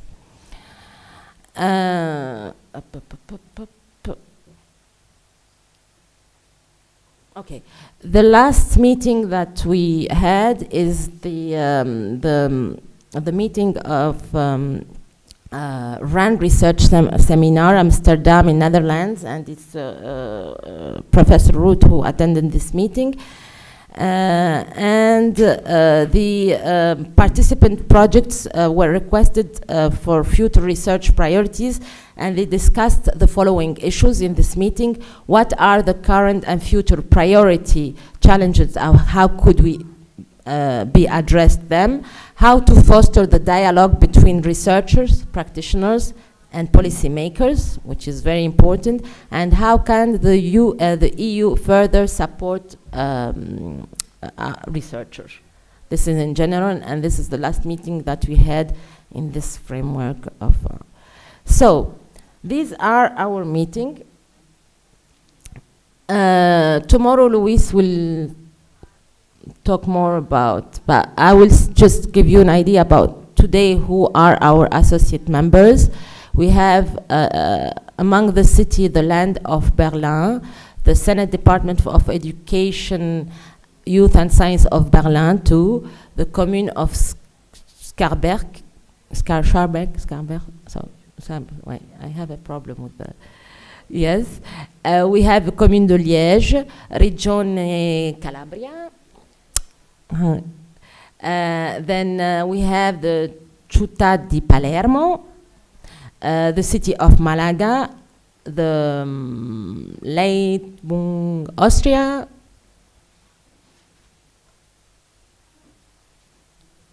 the Leitbung, okay.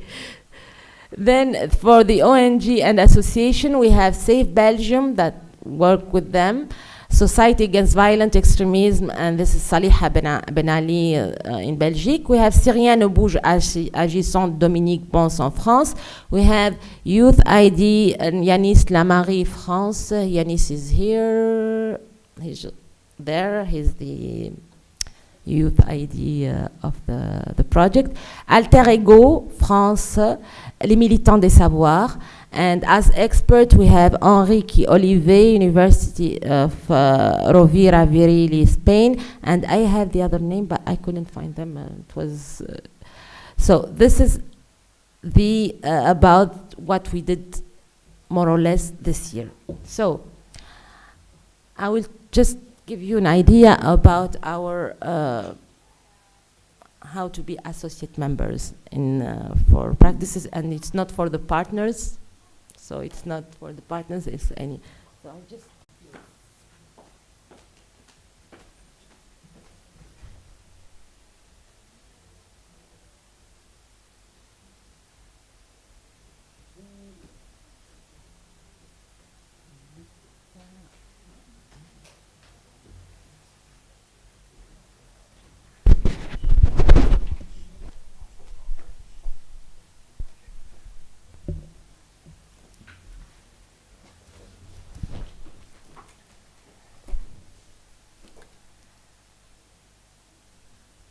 So the strong involvement of stakeholders is very important for our project.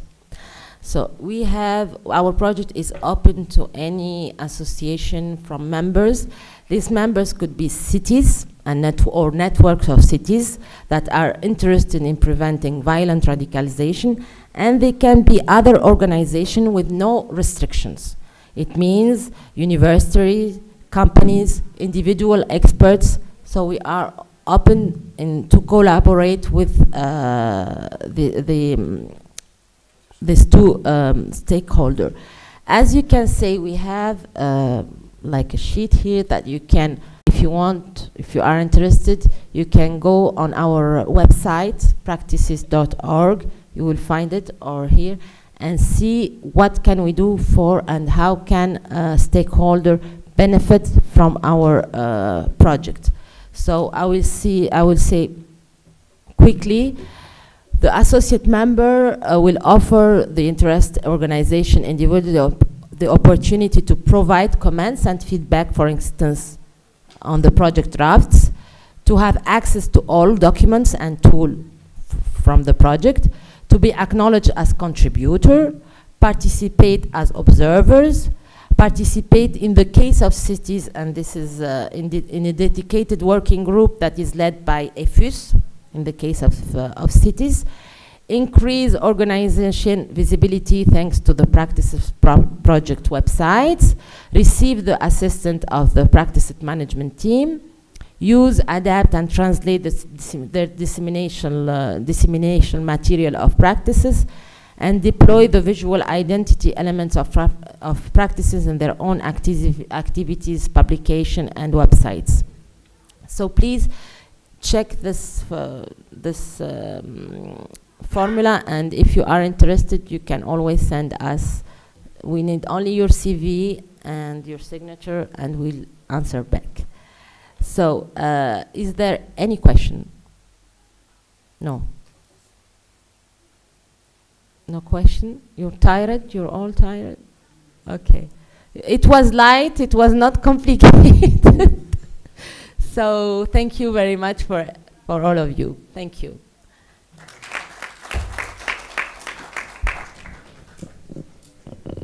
Okay, now I have to give some practical information to all the people involved in the project. First of all, I remember that we will have a dinner together on this night, and that the bus will leave hotel at 8:15. Is right? Okay. At 8:15. It seems to me that Russia sent you in the last days information about dinner. It seems to me, yeah. I sent the information you sent me about the plan, the dinner. It seems to me, yes. Okay, but about on the place where we will have a dinner, and but otherwise you can send today some hours before dinner. Okay, so please, since you are in a hotel, it seems to me that you are all in the same hotel, Aria Hotel. We will wait you in the hall, and tomorrow we will have a meeting. We will start. Yes. Okay. Tomorrow meeting will start at 9 o'clock. Seems to me, it's true. At 9 o'clock, and we will finish around 12. We will have a light lunch or brunch, and we will leave university by bus to go to Lamezia, where we will visit a center with immigrants, and we will have also we will have a food with them, in the sense that these people will prepare an aperitif, a light dinner, and around 6 p.m. For tomorrow, people who will leave from airport of Lamezia to tomorrow on afternoon can have the opportunity to travel with us and to stop in the airport when and we will start the visit to Lamezia, because one or two of you asked me this one. So it's possible leave you, because we will leave university around 1:30, and so people who will have a flight on the afternoon can decide to stop in the airport.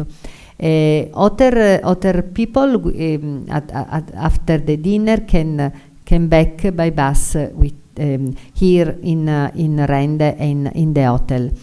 Today the dinner is offered by University of Calabria, and today I'd like to communicate that all the dinner, all the food are prepared by young people involved who attend the secondary school in tourism, and many of these people are immigrants, and we will have the opportunity to meet them, and we choose this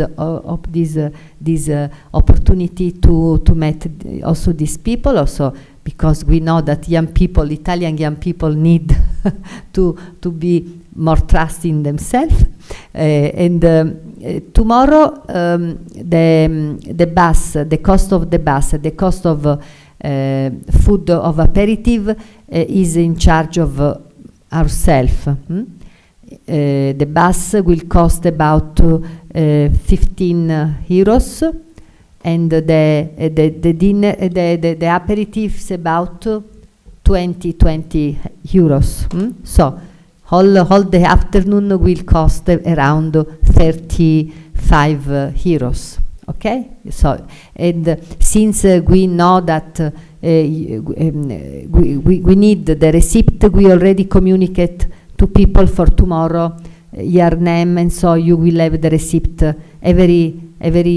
Everyone can have the receipt in on the bus and on the place where we will have the aperitif. I don't know if Anna Elia, few minutes of description of what tomorrow, of the visit of tomorrow, since okay, the dinner and okay. I sent you an email with the address where we're going. So we will eat in the will take place at the regional wine house in Cosenza, in the center of Cosenza, and this wine house is located inside an old church dedicated to Sainte Marie of Constantinople, and it contains more than 1,600 wine bottles. So if you like wine, go to there. And what we will meet at 8:15 in front of Ariha Hotel. Okay, that's it. And I'm sure that everybody will come. Okay, for tomorrow, Anna Elia, please some comments, some notes on. Yes.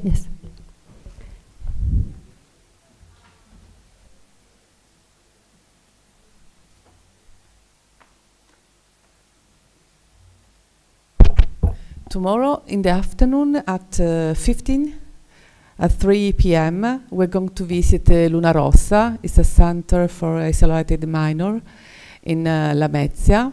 It is located in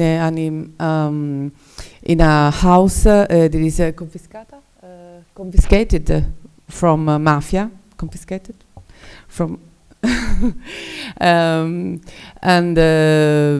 so we are going to visit this center. We are going to stay with an accompanied minor, overall with the Imam Khalid. They're going to stay with us, the cultural mediator of the center and responsible of Progetto Sud, that is going to speak about the history of this social cooperative that stay in Lamezia. It's very engaged in the fighting mafia. Okay. So the visit is going to from 3 to 5:30, and then we have also a dinner offered, but we have to pay for that. By host of the structure, eh? Sorry? they are prepared by host Yes. of this structure. Yeah. Okay, by immigrants. Thanks. Okay, cooperative of immigrants. Okay, the last thing, please, you should leave this in the hall. Okay, thank you. And so to come back to the hotel, you know how you can take a bus, you can go by feet. Okay, bye.